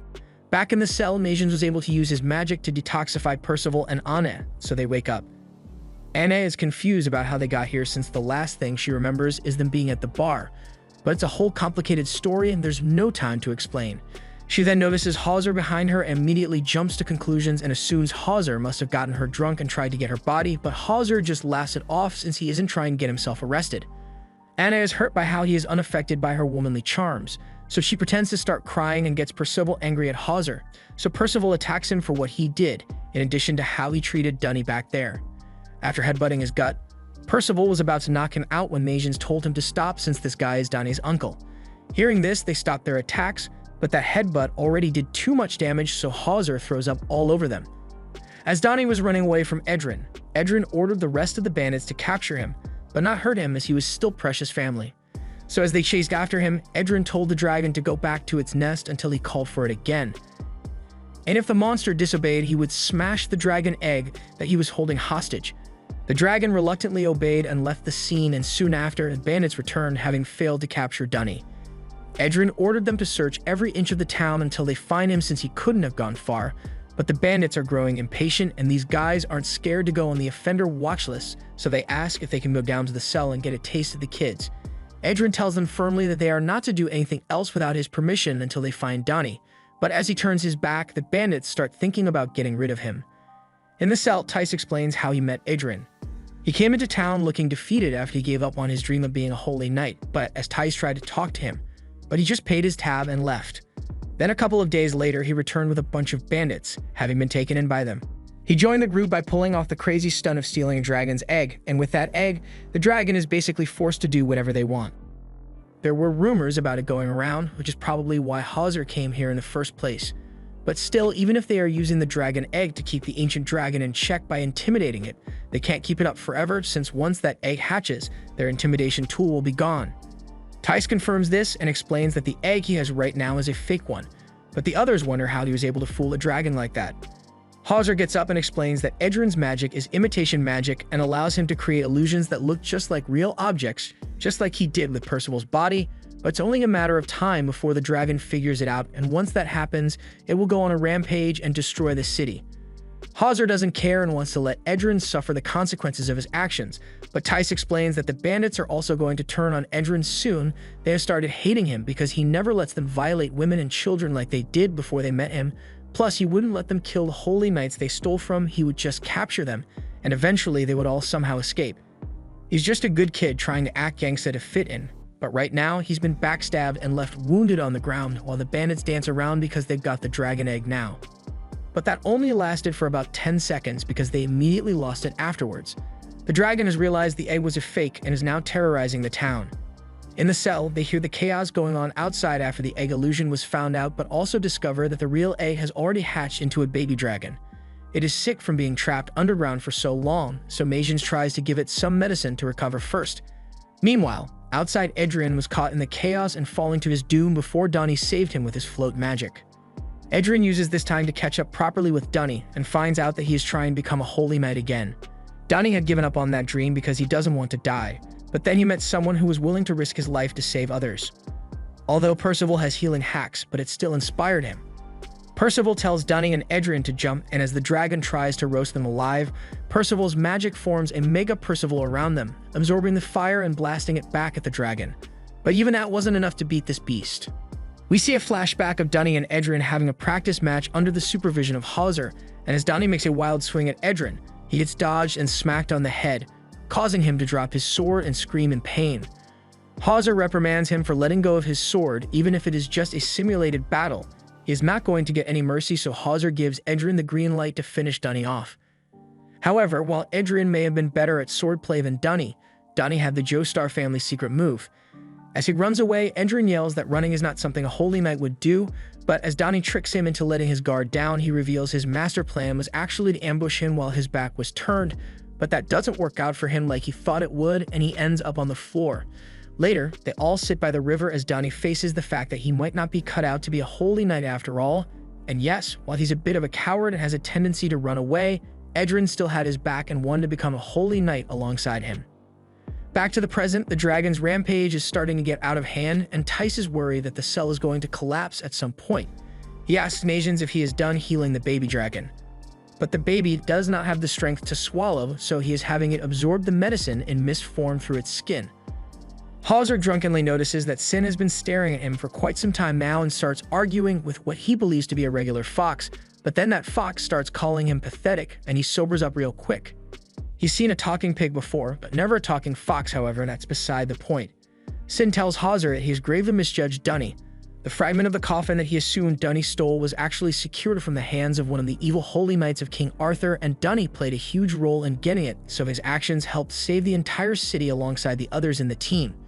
Hauser had also wrongly presumed the others to be a part of some kind of circus act that Donnie was a part of, but he couldn't be more wrong. For instance, Percival, while he may look like a circus act, he is actually someone that Sin was sent to find under secret orders from the Kingdom of Lioness. Hauser can't believe what he is hearing, but according to Sin, Percival is one of the prophesized 4 knights of the apocalypse. However, he only just recently awakened his powers, so his capabilities are still far from sufficient for what he is supposed to do, and that much is apparent since he is losing against the dragon. Hauser realizes he has made a terrible error in judgment, so he looks over to Nazians that is still healing the dragon and asks him to use his magic to get the alcohol out of his system so he can make himself useful. Outside, Percival yells for Annihilate to take Dunny and Edrin and get away from here, but Dunny doesn't intend to leave Percival behind. Percival charges up and releases his mini Percival attack, and though they are furiously pounding away at it, they are much too small and cute to do any real damage. The dragon launches a counter at Percival, and as the dust settles around him, it seems he has had his back blown out once more. But in reality, that was just a copy made with Edrin's illusion magic, and the real Percival was dragged away before he could join the Donut Club. Even though he nearly died again, Percival is still just amazed to see a dragon in person, since it is just like his grandpa always told him it would be.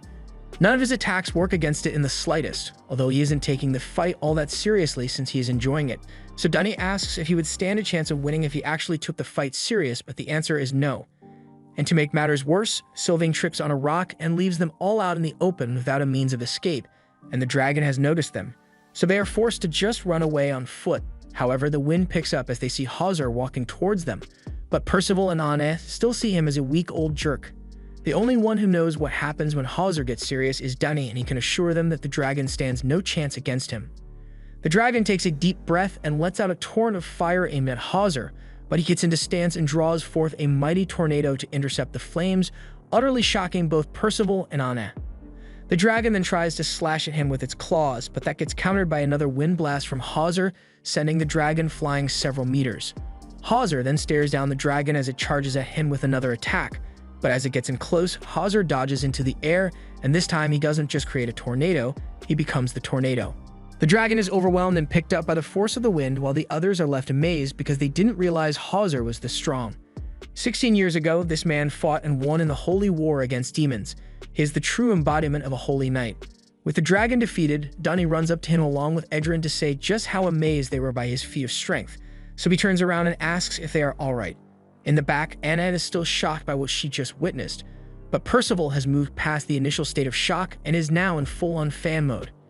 He runs up to Hauser, excited to finally see a real holy knight, and begins bombarding him with questions on how he can become one as well. He gets down on his knees and begs Hauser to train him to get stronger. While Hauser isn't against it, he isn't exactly all for the idea since there are many other people in this world that are stronger than him. So maybe he isn't the best teacher to ask. Just then, they hear the sound of the baby dragon flying overhead and look up to see Sin and Nazians riding on its back. They get down and Nazians informs everyone that he has successfully gotten the baby dragon back to full health, so they let it fly to reunite with its mother. However, its mother is on the ground and not moving, so Nazians worries that they already killed it, but there's no need to worry since Hauser was careful to leave the dragon alive.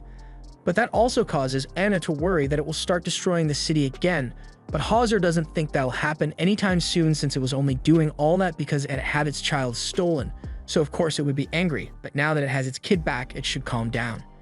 And even if it did attack again, he would personally handle it. Edrin begins to walk away, but Hauser asks him where the hell he thinks he's going.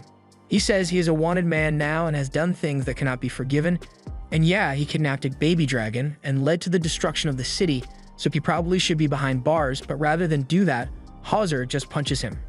He calls Edrin pathetic for assuming he didn't have enough power to become a holy knight and turning to a life of crime, but then again, Hauser is just as pathetic as him. Back when he was training Edrin, he would always go hard on him, and anytime he would try to use his magic in combat, Hauser would make it clear that a shadow clone that can't move is useless in combat, so his magic isn't suited for fighting.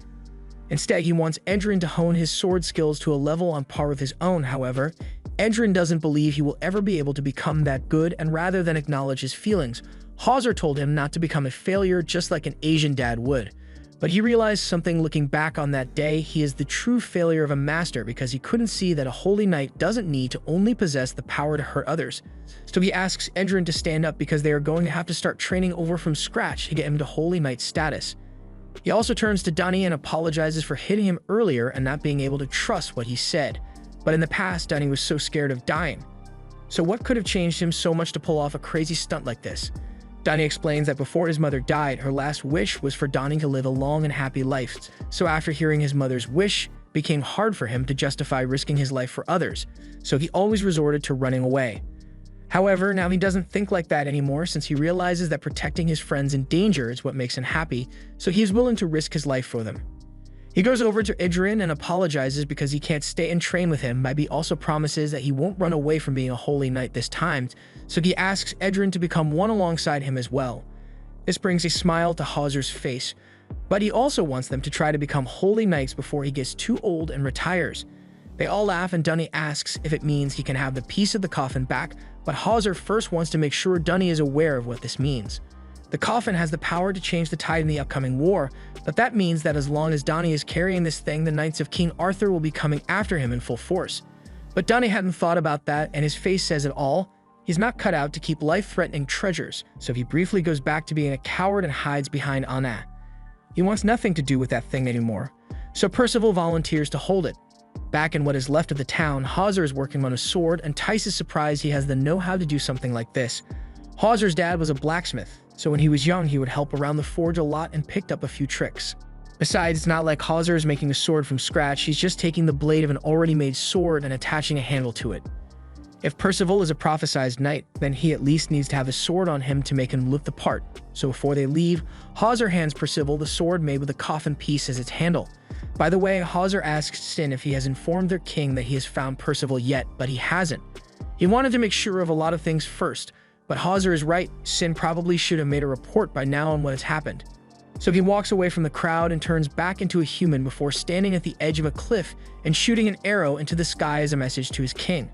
And over in the kingdom of Lioness, we see a very familiar face in the castle handling the matters of the kingdom when that arrow flies overhead, and he immediately knows that it means that Sin has found one of the Knights of the Apocalypse, so he is eager to meet this person. The group camp out for the night in preparation for the journey they are going to take tomorrow. It is going to be a tough one, so they'll need to get every bit of rest that they can, yet Anna can't help but feel anxious about it, so she's unable to sleep. With that being the case, Percival suggests that they talk about something really interesting, which piques Anna's interest, but when he reveals that he wants to come up with names for his weapon and powers all night, everyone is suddenly feeling really sleepy. Later into the night, Sin wakes up and hears something calling out to him, so he wanders into the fields to find it and sees this bride standing in the open. The woman seems to know his name, which catches him off guard, but before he can ask any questions, he wakes up and realizes it was all a dream. He is really confused by what just happened, but he won't be able to get the answers he's looking for now, so he decides to just go back to sleep. The next morning, Nations is complaining that they have to climb this huge mountain first thing in the morning, and I don't blame him, but they are almost at the top. So Percival gives him a push so they can all make it up together. Meanwhile, they are being watched by a man and his dog from another hilltop. Percival, Dunny, and Nations finally make it to the top of the hill, but they are horrified to see that they still have several more mountains to climb. Sin informs them that it will take another 4 days before they reach Lioness, but with Nations and his string bean legs tagging along, it will probably take twice as long to get there. To save time, Percival offers to give Nations a piggyback ride, all the way up because he's never heard of the word tired, but while they are doing that, Sin notices a lone bird flying in the sky, and if we've learned anything by now, it is that you never trust birds. The group continues down the mountain when all of a sudden, Percival suddenly stops because something really important just came up. He has to go pee, and so does Dunny. They rush down to find a place to pee, and as they answer the call of nature while also breaking the Uranal Bro code, they find buildings behind the bushes, and no matter how you look at it, this is clearly a village. Anna finds this suspicious, especially since Sin says he can sense an unknown magic power emanating from the entire village.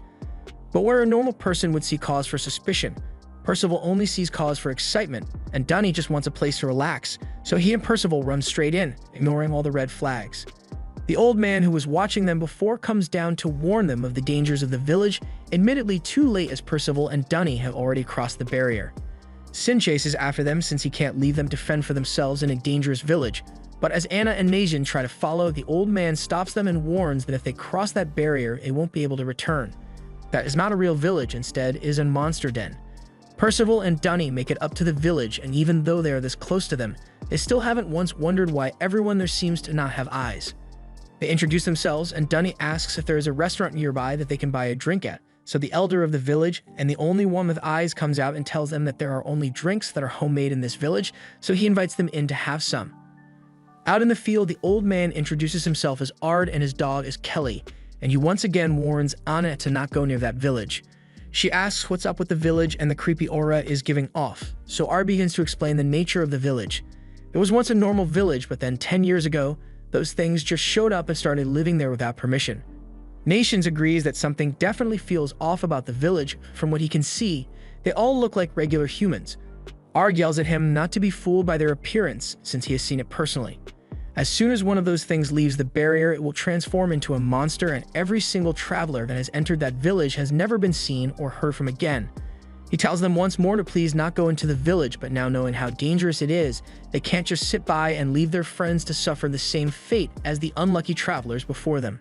They ask Ard to give them any information that might be useful in rescuing their friends from the village, but Ard is still worried for their safety.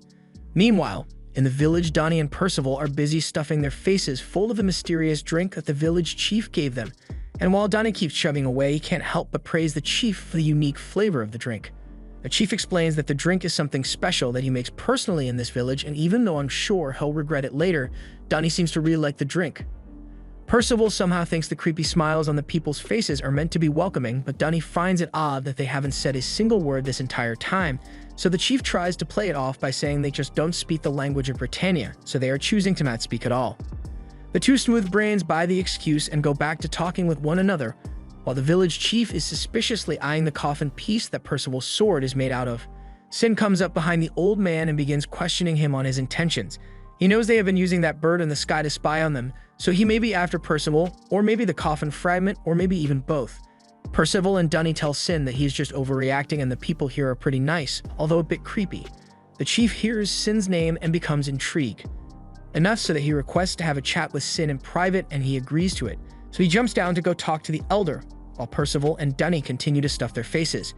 They even go as far as saying Najins and Anna are missing out by not coming in here with them. They finish their plates of food and ask for a refill. But as one of the villagers goes to get another helping for them, he meets the butcher and begins to speak in the demon language. He's going to prepare another meal for them, but that bag that's wriggling all over the place looks really human-like. And as the demon butchers it with a smile on his face, I can only wonder what the hell Dunny and Percival just ate. Meanwhile, Sin has been incapacitated by the village elder, who is surprised that he could figure out his true identity in such a short amount of time. Outside the village, Nacians, Anna, and Ard are watching from behind a bush while Ard explains what he knows about the village. The barrier around it is marked out by the series of stones that are laid out on the ground, and that is the point where if a villager crosses, it will revert back to their original demon form.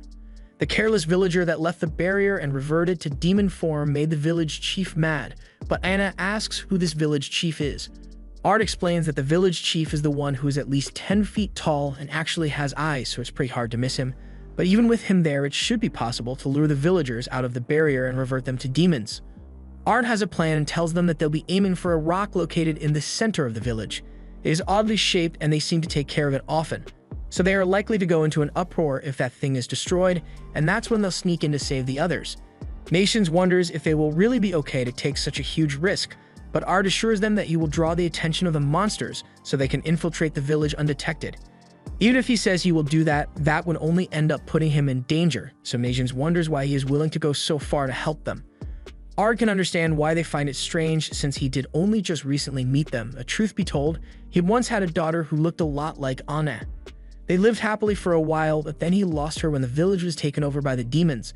That is why he took on the role of a guardian to warn travelers of the village. Anna remembers how her father treasured her more than anything in the world, so she can understand how Ard must feel after losing his daughter, and furthermore, she can tell that he isn't lying about anything thanks to her ability. She tells Magians that it is alright to trust him, so Magians thanks him for his help. They head down to the barrier, but once they reach it, Ard warns them that from here on out, he won't be able to join them. Anna and Magians are able to pass through without resistance, but when Ard tries, he receives a terrible shock. All he can do now is distract the demons, so he starts doing this. Anna and Magians sneak around the side while they head towards the center of the village, but then Magians spots Dunny, who seems to be in a great deal of pain. He runs up to try and help Dunny, but finds himself surrounded by the villagers there, and as Anna continues to the village center, she finds Percival fighting with one of the villagers.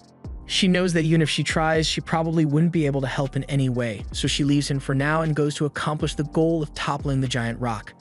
She finds it and ties a rope to its base so she and Sylvan can pull it down. But it's not going to be an easy feat.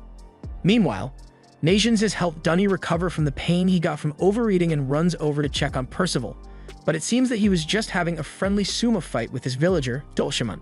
Dunny asks how he managed to find out the guy's name, so Percival explains that Dulcio mentioned it while they were sparring, although he said it in the demon language which none of them recognize, but Percival is able to speak it fluently for some reason. Anna and Sylvan finally begin to make some progress in their attempt to topple the stone, and eventually, it comes crashing to the ground. As the stone is destroyed, the barrier around the village is undone and the transformations of the demons are equally reversed. Outside the village, Art takes off his disguise and reveals that he is actually a holy knight and is here for the demons of the village. Inside the village, Anna runs around scared while looking for her friend, and when she finally finds them, they are all being held by Dulcio. She freaks out and tries to fight him, but Percival calls out to her and says it's okay since they are actually friends. It looks like they fucked up on this one. The villagers were actually really nice, even if they may be demons, and the barrier was just put in place so they could look like regular humans and not scare the passing travelers. And now that they've destroyed it, they've not only undone their illusion, but they've also allowed the enemy to invade. The Holy Knight of King Arthur, Ardbeg. The two men recognize the voice of the Holy Knight to be the same as Ard's, but they don't understand why he is dressed like that now. So he makes it clear by declaring to them that he is a knight of King Arthur and is here for one reason and one reason only: genocide. Anna is shocked to learn that Ard is one of King Arthur's knights, and even more so when she learns that the demons here are part of the demon clan, the same one that plunged Britannia into chaos in the past. And yeah, when you say it like that, then it does sound like the demons are really bad, but the village elder states that all the demons here are the ones who actively refuse to participate in that war, so they are innocent. However, facts like that have no effect on Ard's stance, so he is going to get rid of them regardless of whether or not they committed any war crimes. He pulled an amber gem from his jacket, and as he cast a spell with it in his hand, all the demons in the village begin to get sucked up and sealed away. The amber he is holding is the Amber of the Four Archangels, so it is far more powerful than the regular goddess ambers that they've been using to seal demons and can hold dozens more within it. He notices Percival at his feet and, actually believing that he is doing him a favor, tells him that he doesn't have to worry anymore because all the demons have been successfully sealed away. But after taking a closer look at Percival's crazy haircut, he remembers the description he was given of one knight of the apocalypse, and Percival fits the bill insanely well. He also sees the coffin piece that was turned into a sword for Percival, and knowing what it is, he is sure that the kid in front of him right now is trouble. As soon as it clicked in Percival's smooth brain that Dulciamon was sealed inside that crystal by Ard, he gets up and readies himself for a fight. He yells at Ard for doing something like that to his friend, but Ard can't believe what he is hearing. A child is friends with a demon that is insane, and he immediately tries to deal with the situation the same way the 1500s church would have handled it and attempts to kill him. Ard says the prophecy was really right about Percival bringing destruction to the world, since if he believes demons can actually be good people, then there's no telling what else he believes. For the sake of the perfect world that King Arthur is trying to build, Ard must kill Percival here and now so he can't stand in the way of their perfect plan. Anna tries to get Ard to stop what he is doing because Percival is a dear friend of theirs, but unfortunately, it isn't going to be that easy to resolve the dispute. Still, Ard is nicer than some of the other holy knights because he tells Anna and Nations that they should get away from here so they don't get hurt by the battle that is about to take place. She isn't gonna back off on this one because she owes Percival big time after he saved her from Ironside's rampage, so in their eyes, he's nothing less than a hero who carries the team to victory. Percival once again demands that Ard hand over the Amber and release the demons, but he has no intention of doing so. He calls for his dog Siri, who had become this huge monster when transformed. is a holy beast which is said to have come from Purgatory itself, and Purgatory must have served as one hell of a training ground because that thing used only one paw up backhand Percival halfway across the village. Percival ends up crashing into one of the buildings, but even with the distance between them, isn't stopping yet as it begins charging up and fires a blast straight at Percival. However, it didn't manage to hit him as Percival got up and jumped out of the way before he could be killed. But while trying to escape, he jumped right into a trap as the monster appears right behind him and is about to chomp down. Luckily, Percival managed to get his bearings before that happens and flies out of the way to safety. From the ground, Najins yells that Percival should take out the beast's horns first in order to stop its long-range attacks, so he does exactly that. However, the horns on that thing's head were insanely hard, so not even the power of Percival's relentless swinging could damage it. After staying in the same place for too long, the monster finally activates its horns, shocks Percival badly. While all this is going on, Sylvan is running for cover because he ain't built for fighting. But in the building, he decided to hide and he finds Sin lying on the floor unconscious and begins to panic because he believes Sin has been killed. However, his worries were unfounded as Sin slowly gets up from his nap.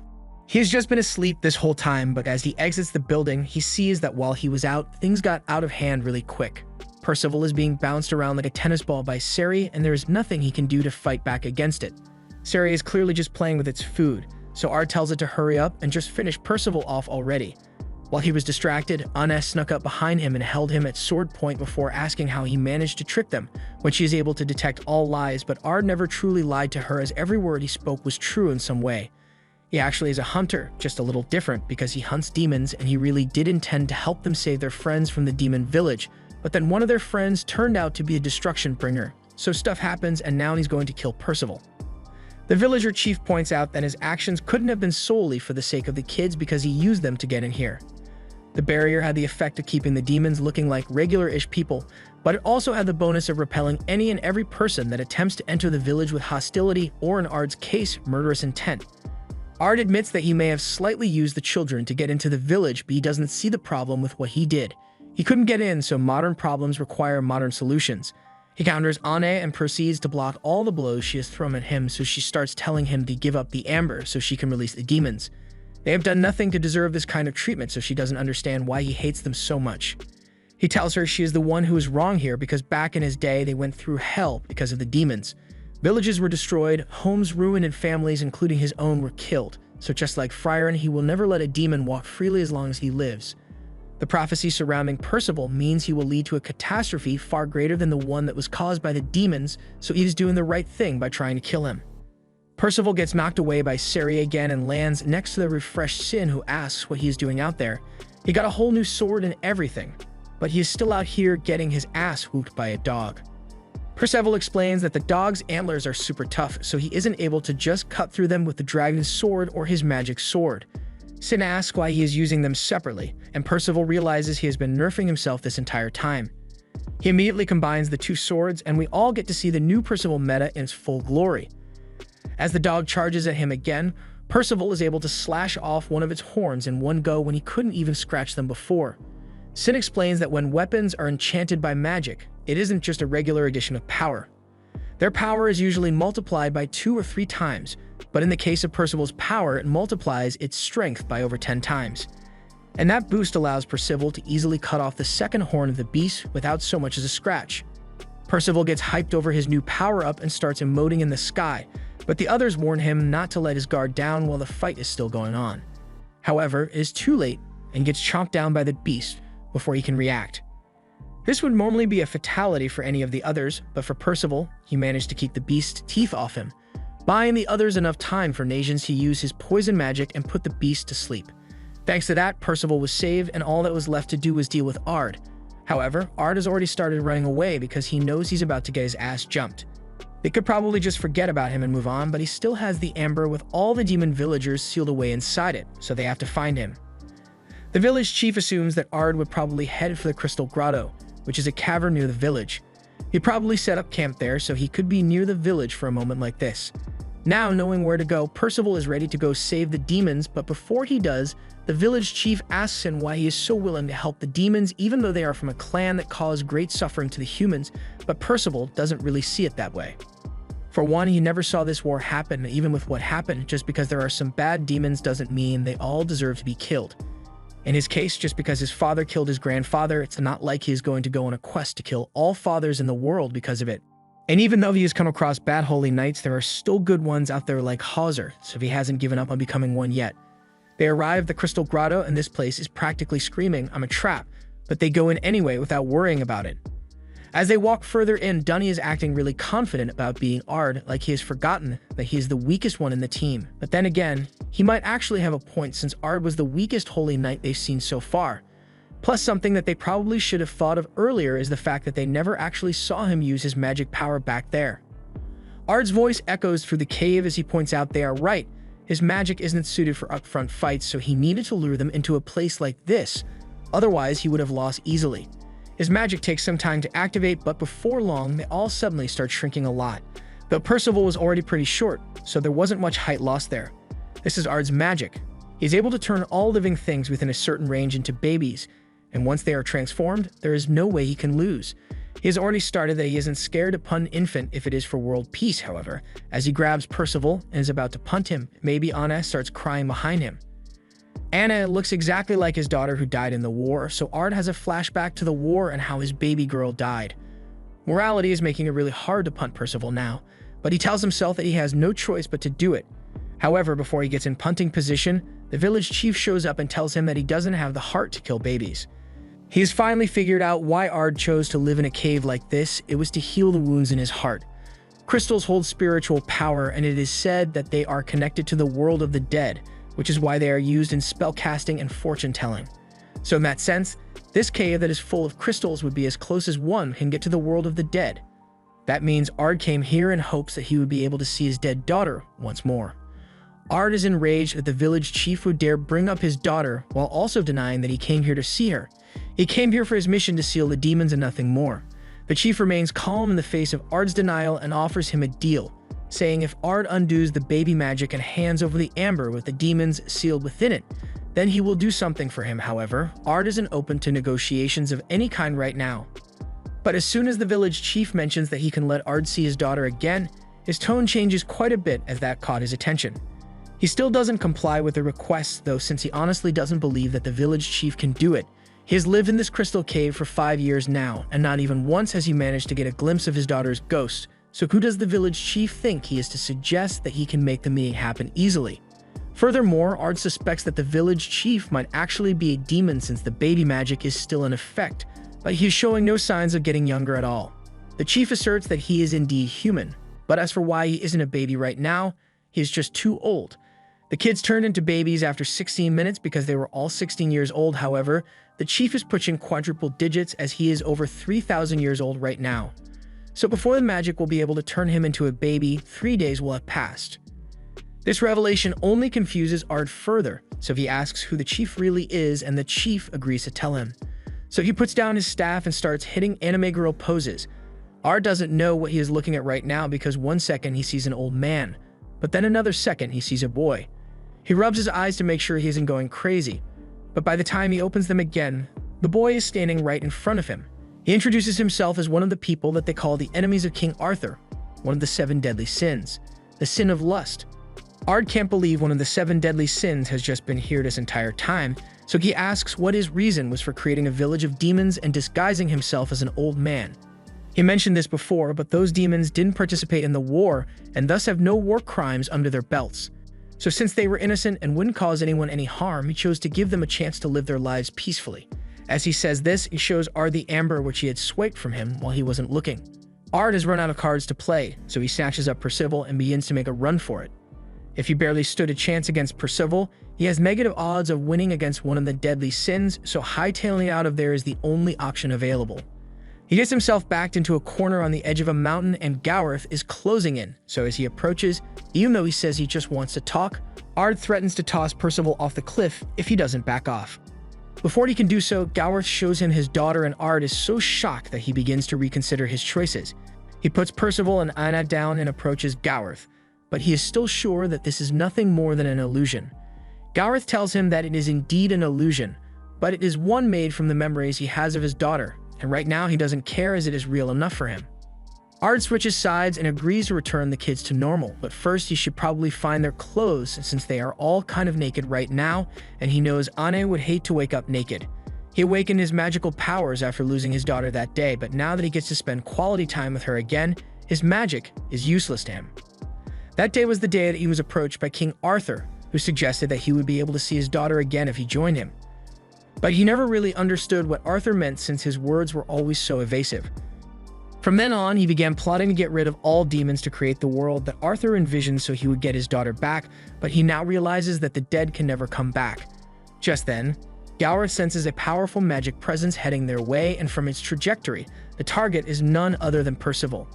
Gowerth leaps into action and manages to pull baby Percival out of the way before he can be impaled, but there is still another one incoming. This time, it looks like Anne is in danger of being hit, so Ard makes the decision to leave his daughter behind and go to save Anne. Ard slowly puts down Anne and then proceeds to fall over and die since he is currently lacking a spine as well as majority of his internal organs. That familiar bird that has been watching everything this entire time is seen looking down and giving commentary on what just happened, but Sin shows up to destroy it instantly. He had thought that thing was one of Gowerth's familiars when he first saw it, but if he had known it belonged to the enemy all along, he would have just destroyed it long ago. He couldn't help him inside the cave since he would have also turned into a baby if he had, so he is thankful Gowerth was able to handle the situation. With Ard dead, the illusion of his daughter also disappears, so Gowerth walks over to the spear that killed him and uses his magic to find out who threw it. She discovers that the one who threw this is one of King Arthur's holy knights, Tamdu, as well as several other knights around him. It has been a while since he has felt this way, but he can't get too excited about it. He pulls out his sacred treasure twin bow and prepares to fire a shot at the Holy Knights. Meanwhile, the Holy Knights with the unfortunately goofy helmets are camping out and chatting with one another. One of them talks about how the sneak attack Tamdu launched failed to kill both of the targets, but he is at least happy he was able to finish off Ard since he never liked the guy in the first place. The girl in the group asks what happened to the familiar that they sent out, but they are suddenly attacked by an unidentified magical object heading towards them and scatter to avoid the strike. The attack seems to be honed in on Tamdu as the attack changes directions to follow him. Realizing this, Tamdu tries to use one of his spears to intercept the attack, but the spear passes straight through it and the spell continues going after him until it hits. But even after making contact, the purple light just dissipates and nothing seems to have happened to him. Everything seems normal, so he's about to continue his airstrikes and launch another spear. But as he launches his attack, instead of heading towards Percival and the others, he turns his teammate into a member of the Donut Society. He can no longer control his body as Gowerth's magic has invaded and is now controlling his actions. He is forced to continue throwing spears at his teammates, while Frederick, the only smart one here, comes to the conclusion that this must be the doing of Gowerth's magic and Tamdu must have had his body completely taken over, so the only way to stop him is to make sure he doesn't have a body anymore. That's so why Tamdu gets chopped up into several pieces. He tells his other teammates to take this as a warning since they truly cannot afford to relax while they have not completed their mission yet. So he rallies what is left of the team and leads a charge to finish what they came here to do. Meanwhile, in the Crystal Cave, Anna wakes up to find that she is completely naked, and as anime law requires, she slaps the first guy who is within proximity, who just happened to be Percival. Later, after they've all gotten dressed, Donnie is teasing Anna about the whole naked situation while Nations asks what happened while they were babies. Percival doesn't know, but he knows he still has to rescue the demons that were trapped inside that amber. However, it doesn't look like they'll need to worry about that since Gowerth shows up with the amber and says the mission has been accomplished. They all head back to the village where Percival catches up with Dulcimon, and Anna has a conversation with Gowerth. Gowerth informs her of what happened with Ard and how after getting to see his daughter again, he gave up on killing Percival and handed over the amber without a fight, but he leaves out the part about him dying while trying to protect her. Annette can tell that what Gowerth just told her is mostly true, but her magic also tells her that there is one lie in there, so she wants to know what that lie is. Gowerth tells her that knowing the truth will be painful, but even so, she still wishes to know what happened to him. So Gowerth uses his magic to replay all the memories of Ard's life and all the suffering he went through. Anna breaks down in tears after what she has just seen and sits alone for a while contemplating things until the others come to comfort her. They eventually leave the demon village to continue their journey to Lyoness, leaving behind a memorial to Ard, the only evil holy knight who wasn't actually evil. The group continues their journey, but Percival has something he wants to say. Sin isn't in the mood for any questions and tells him to hurry up so they can get out of the area as soon as possible. There's still something that Percival needs to save though, and it's pretty important, as while he and Sin have been walking, the others have disappeared. They retrace their steps and find the others standing around Anna, who is still having an emotional breakdown over the death of Ard while holding onto his staff. Sin walks over to the staff and goes, "Fuck that, we gotta go." Donnie and Najans are shocked by Sin's complete disregard for Anna's feelings, but with all due respect, it's not that deep. Sure, he had a sad backstory, but he was still a knight of King Arthur, so he was the enemy. And furthermore, that staff was given to him by King Arthur himself, so who knows what kind of bad stuff can happen if they keep it around.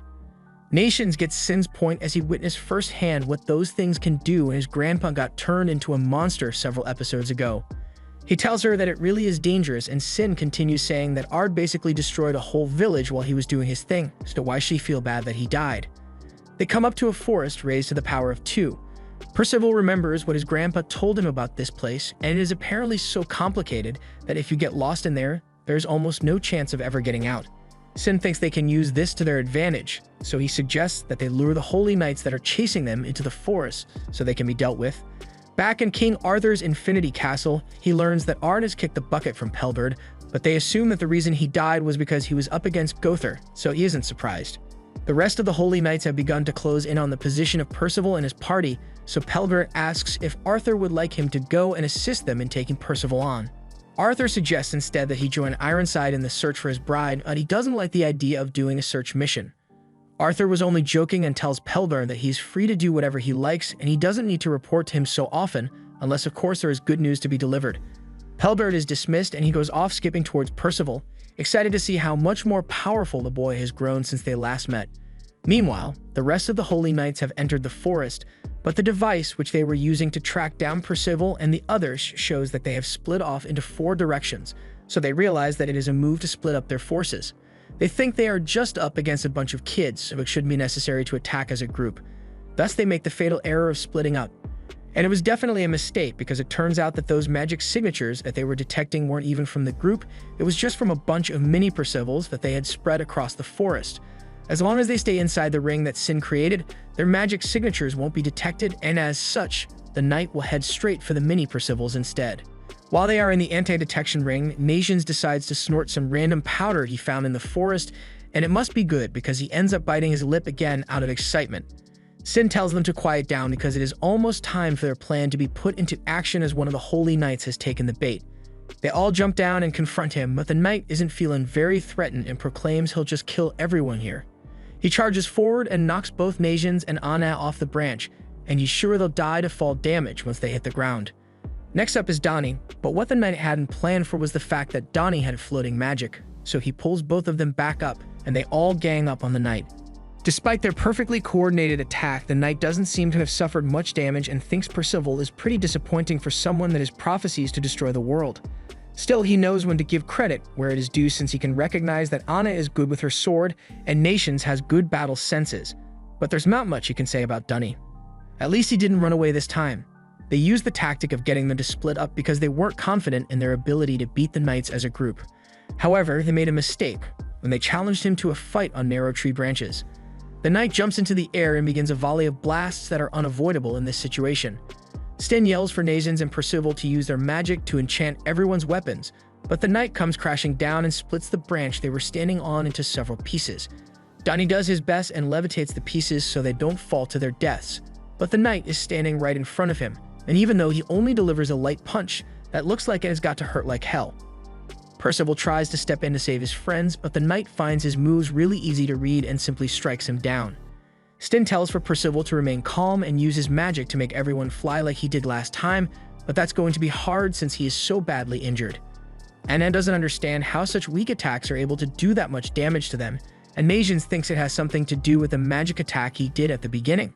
The knight is impressed that he figured it out after such a short amount of time, but yes, it is because of his magic. His magic power causes things to become less durable than they were initially. He then charges at Nations to do some damage to him as well, but as the punch lands, he isn't shaken even slightly. This is the work of this forest powder he snorted earlier, and it seems to have an effect of greatly boosting the durability of anyone that takes it. He then stretches out his hand and spreads a mist that he recreated from the knight's magic power, so once the knight is hit with it, he too becomes far less durable and is easily knocked out by the Nations and Percival. leaving him to his fate of fall damage. That's the first knight down, but while they are leaving, Sin asks why Percival chose to save the knight, so he says he doesn't want to kill anyone, no matter how bad they may be. He says that, but I'm pretty sure he killed Taliska back when he met Nazians. Anyway, Sin tells him that they don't have the luxury of giving mercy to their enemies because they are seriously trying to kill him, and they aren't all like Ard who switch teams mid-game. Percival is aware of this, but he still doesn't want to kill anyone, so he just keeps flying. Nations warns him that if he keeps going at this speed, then he will soon run out of magic altogether, so Sin asks Percival to stop for a moment so he can maintain at least a baseline magic level. However, before they can stop, they begin to sense two other magic signatures in the forest and look back to see a horse riding in the air. That is a magic beast made by Arthur with his magic tool. The two knights believe there is no way that Percival will be able to escape them while they have this majestic beast, so one of them begins firing wind magic at the group and Percival is forced to take evasion maneuvers to escape the attackers. His magic power isn't going to last much longer, so they end up being forced to the ground by their attackers. Percival is down for the count, and the drug Nazian snorted seems to have had some side effects, so he is out as well. However, despite being low on magic, Percival gets back up to face the knights that have come for him. He wants to face them alone. The power of friendship means Donnie and Anna step up to fight for him instead. Donnie would prefer to take on the woman, but Anna beat him to it, and he is now stuck with the big guy. Donnie tries to use his magic to keep the big guy in the air and away from him, but that doesn't work out so well for him as the guy is able to use his magic to blow Donnie back. His magic creates shockwaves, so Donnie can't get close enough to make him float without getting blasted.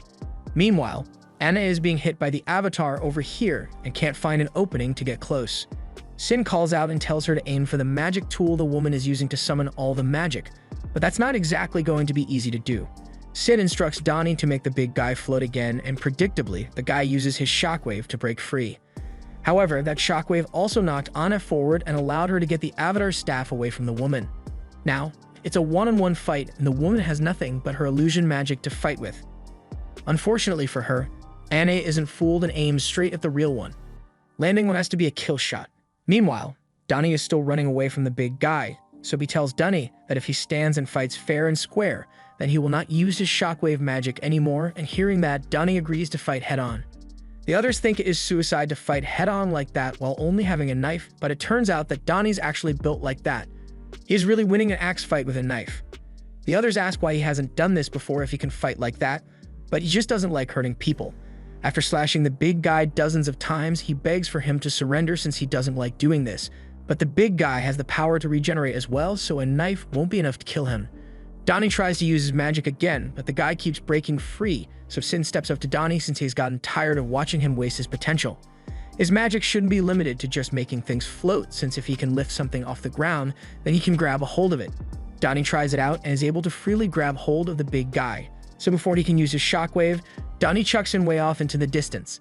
Donnie has finally caught a W for once, and Percival runs up to congratulate him on being able to contribute to the battle. Anna is quick to point out that Donnie only managed to do that because he listened to Sin's advice, and while he'd love to say he did it all by himself, if it weren't for Sin, he would definitely have lost. They are now starting to understand just how great Sin truly is, but the battle isn't over yet as the big guy is back for round 2.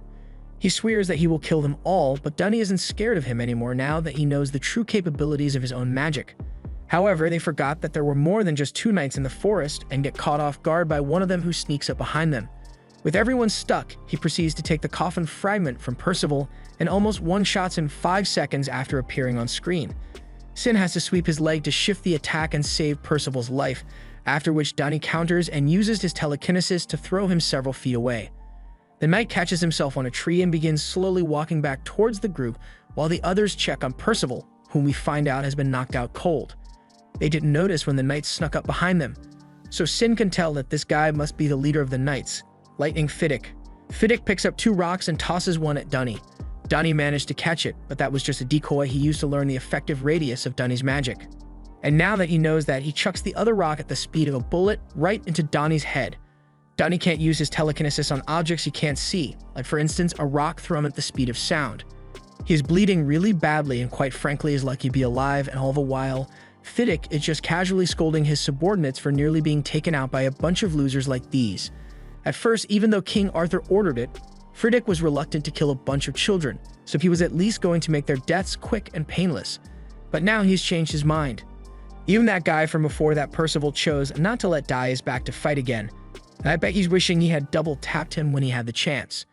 Friddick pulls out a magic orb, and once it is used, the entire Knight team are brought back to full HP. It was already hard to fight them when they were split up, but now they have to go against all the Knights at once. Yeah, they were all ready to call it a day and peace out to the afterlife. The team begins to say their goodbyes to one another and how they wish they could have achieved their dreams, but Percival refuses to give up no matter what. His head is ringing and he's exhausted, but so long as there is breath in his body, he will continue to fight no matter how bad the odds are. His magic begins to return to him, and Sin can finally say with certainty that Percival is one of the prophesized knights. Seeing Percival continue to stand against the insurmountable odds reminds the others of the importance of never giving up hope. They've come this far as a group, so even with death staring them down, they put their hope in Percival, giving him more strength. And with the combined power of all their hope, he is able to attack the knight and make them take a step back. Percival tries to follow up with another strike, but the impact magic is used to defend the group, and as a result, he gets knocked back into a tree. But it's alright because he is still conscious, and the others have regained their fighting spirit once more. Fiddick realizes the kids are no longer going to be easy targets to defeat, so instead, he decides to go after their leader and charges forward. Sten yells for everyone to spread out and not let themselves get surrounded, but after the knights stop, they have encircled their target. Not Percival, but rather Sin. If you want to kill something, you have to take out its brain, and in this case, that's Sin, who has been giving advice from the sidelines this entire time. Percival tries to get to Sin's side to help him, but Friddick uses another orb to create a cube barrier around them to stop any interference. This entire fight, Sin has been playing the part of a coach who knows his stuff, and the knights find it strange that he knows so much about them. It's only because of him that the kids were able to beat the knights when they fought, and Friddick's instincts are telling him that Sin is going to be troublesome if he is left alone. He gives Sin an offer. If he leaks some valuable information, then Friddick will let him have a quick and painless death, but if not, then he will experience pain that is far worse than testicular torsion. Sin tries to negotiate, and also that Fiddick let the kids go free in exchange for the information, but he can't do that since the orders from King Arthur are to eliminate all threats to his plan. He asks once more if Sin would like a painless death or a torturous one, but Sin never planned on giving up in the first place and tells them not to get too full of themselves. Fiddick raises his sword and tries to slash Sin in half, but once the sword hits the ground, Sin disappeared and Elgin had several arrows in his body. The other knights go to check on him, but after that arrow to the head and throat, he's dead. They were planning to kill Sin in a horrible way, so he tells them they have no right to complain if he kills them instead. Fiddick can't believe Sin was able to dodge a point-blank attack like that so easily, so the girl tries to use her magic staff to strike him with wind, but it passes straight through his body, and in that same instant, she gets double-tapped. Seeing two of his friends get killed so easily, Dronak is enraged and tries to use his impact magic, but before Fiddick can warn him that they are still in an enclosed space, he already used it. Fiddick gets blown away, but Sin, who is back in his human form, is standing right in front of him. He palm strikes Dronak, causing blood to spew out of his face, and you would think that would be enough to kill him. But Sin still goes for the double tap and punches clean through his stomach. The last one to deal with is Fiddick, and by now he realizes that Sin is not someone to be messed with, so he asks who he really is. And for the first time, we get to see his true identity, Lancelot. The others can't believe that Sin was a human this whole time, however. Fiddick has never heard of the name Lancelot. He finds that strange, since if he is this powerful, then surely at least rumors would start to spread. But it's pretty simple, really. The reason there are no rumors of him anywhere is that his opponent never lived long enough to tell anyone about him. Fiddick has no choice but to try to go for a kill, so he dashes forward and uses his haste magic to speed himself up. With a well-trained body and the power to increase his speed, he's been able to accurately dispatch any target he wants, but right now, just like me on the basketball court, he is hitting nothing but air. Lancelot's reaction speed is just too fast, so Fiddick is getting tossed around easily, much to the amazement of Percival and the others. Lancelot stops embarrassing Fiddick for a moment to ask him some questions about a knight with a star in his helmet and a craftsman called Dubs, but before Fiddick could even answer, Lancelot knew that Fiddick didn't have that info. This is when Fiddick realizes that Lancelot has the power to read minds as well, and upon learning that, he cancels the barrier and nopes the hell out of there. He gets back on his horse and tries to escape to Camelot to report what he learned about Lancelot, but Lancelot has a 100% kill rate to maintain, so he asks Donnie to lend him his knife for now, and he uses it to launch a strike towards Fiddick. Fiddick tries to shake off the strike, but in the end he gets vaporized without a trace, along with a lot of the forest. Meanwhile, in Camelot, one of Arthur's talismans is destroyed. which tells him that some of his knights have just died. He realizes it may be troublesome if the four horsemen of the apocalypse are left to do as they please, but he still needs to find his bride, so he asks Merlin which one he should prioritize. Back with Lancelot, he can read their minds and knows that the others are slightly scared by the level of power he possesses, but Percival, on the other hand, is just glad that he is okay. It was the same as when his grandpa was killed. He was completely powerless to help in any way, and Lancelot is glad Percival cares so much about him. He gives Dunny his knife back and says he will compensate him for it when they reach Lyoness because the knife's durability has hit 0. Anna has a lot of questions to ask and questions who Lancelot is and why he was pretending to be a fox. She says if he doesn't explain properly, then she can't trust him anymore, but Percival still trusts him. Lancelot decided to explain that he's a messenger of the kingdom of Lyoness who was sent to find the horsemen of the apocalypse and guide them to become stronger. And all this is being said while he digs out a grave to bury the bodies. The reason he hid his identity and pretended to be a fox was because it would be troublesome if his existence was discovered. As he continues to bury the bodies, the others join in to help, and once they are done, Lancelot plants a seed in the ground as a symbolic gesture to let the knights live on in the forest even though they are dead. With the ability to transform at will and read people's minds, Najans wonders if Lancelot might be a fairy, but he doesn't know much about himself. Just then, he notices something coming this way, and the knight is revealed to be Pelegard, who had come all this way to see if Percival had gotten any stronger. However, Lancelot doesn't have time to deal with Pelegard right now, so he takes one of those magic teleportation orbs and teleports them all out of there, leaving Pelegard with no one to play with. After teleporting, the group have all arrived at the Lyoness Kingdom and are now set to meet the king. This was the end of episode 16. Thanks for watching. Subscribe to not miss the next part.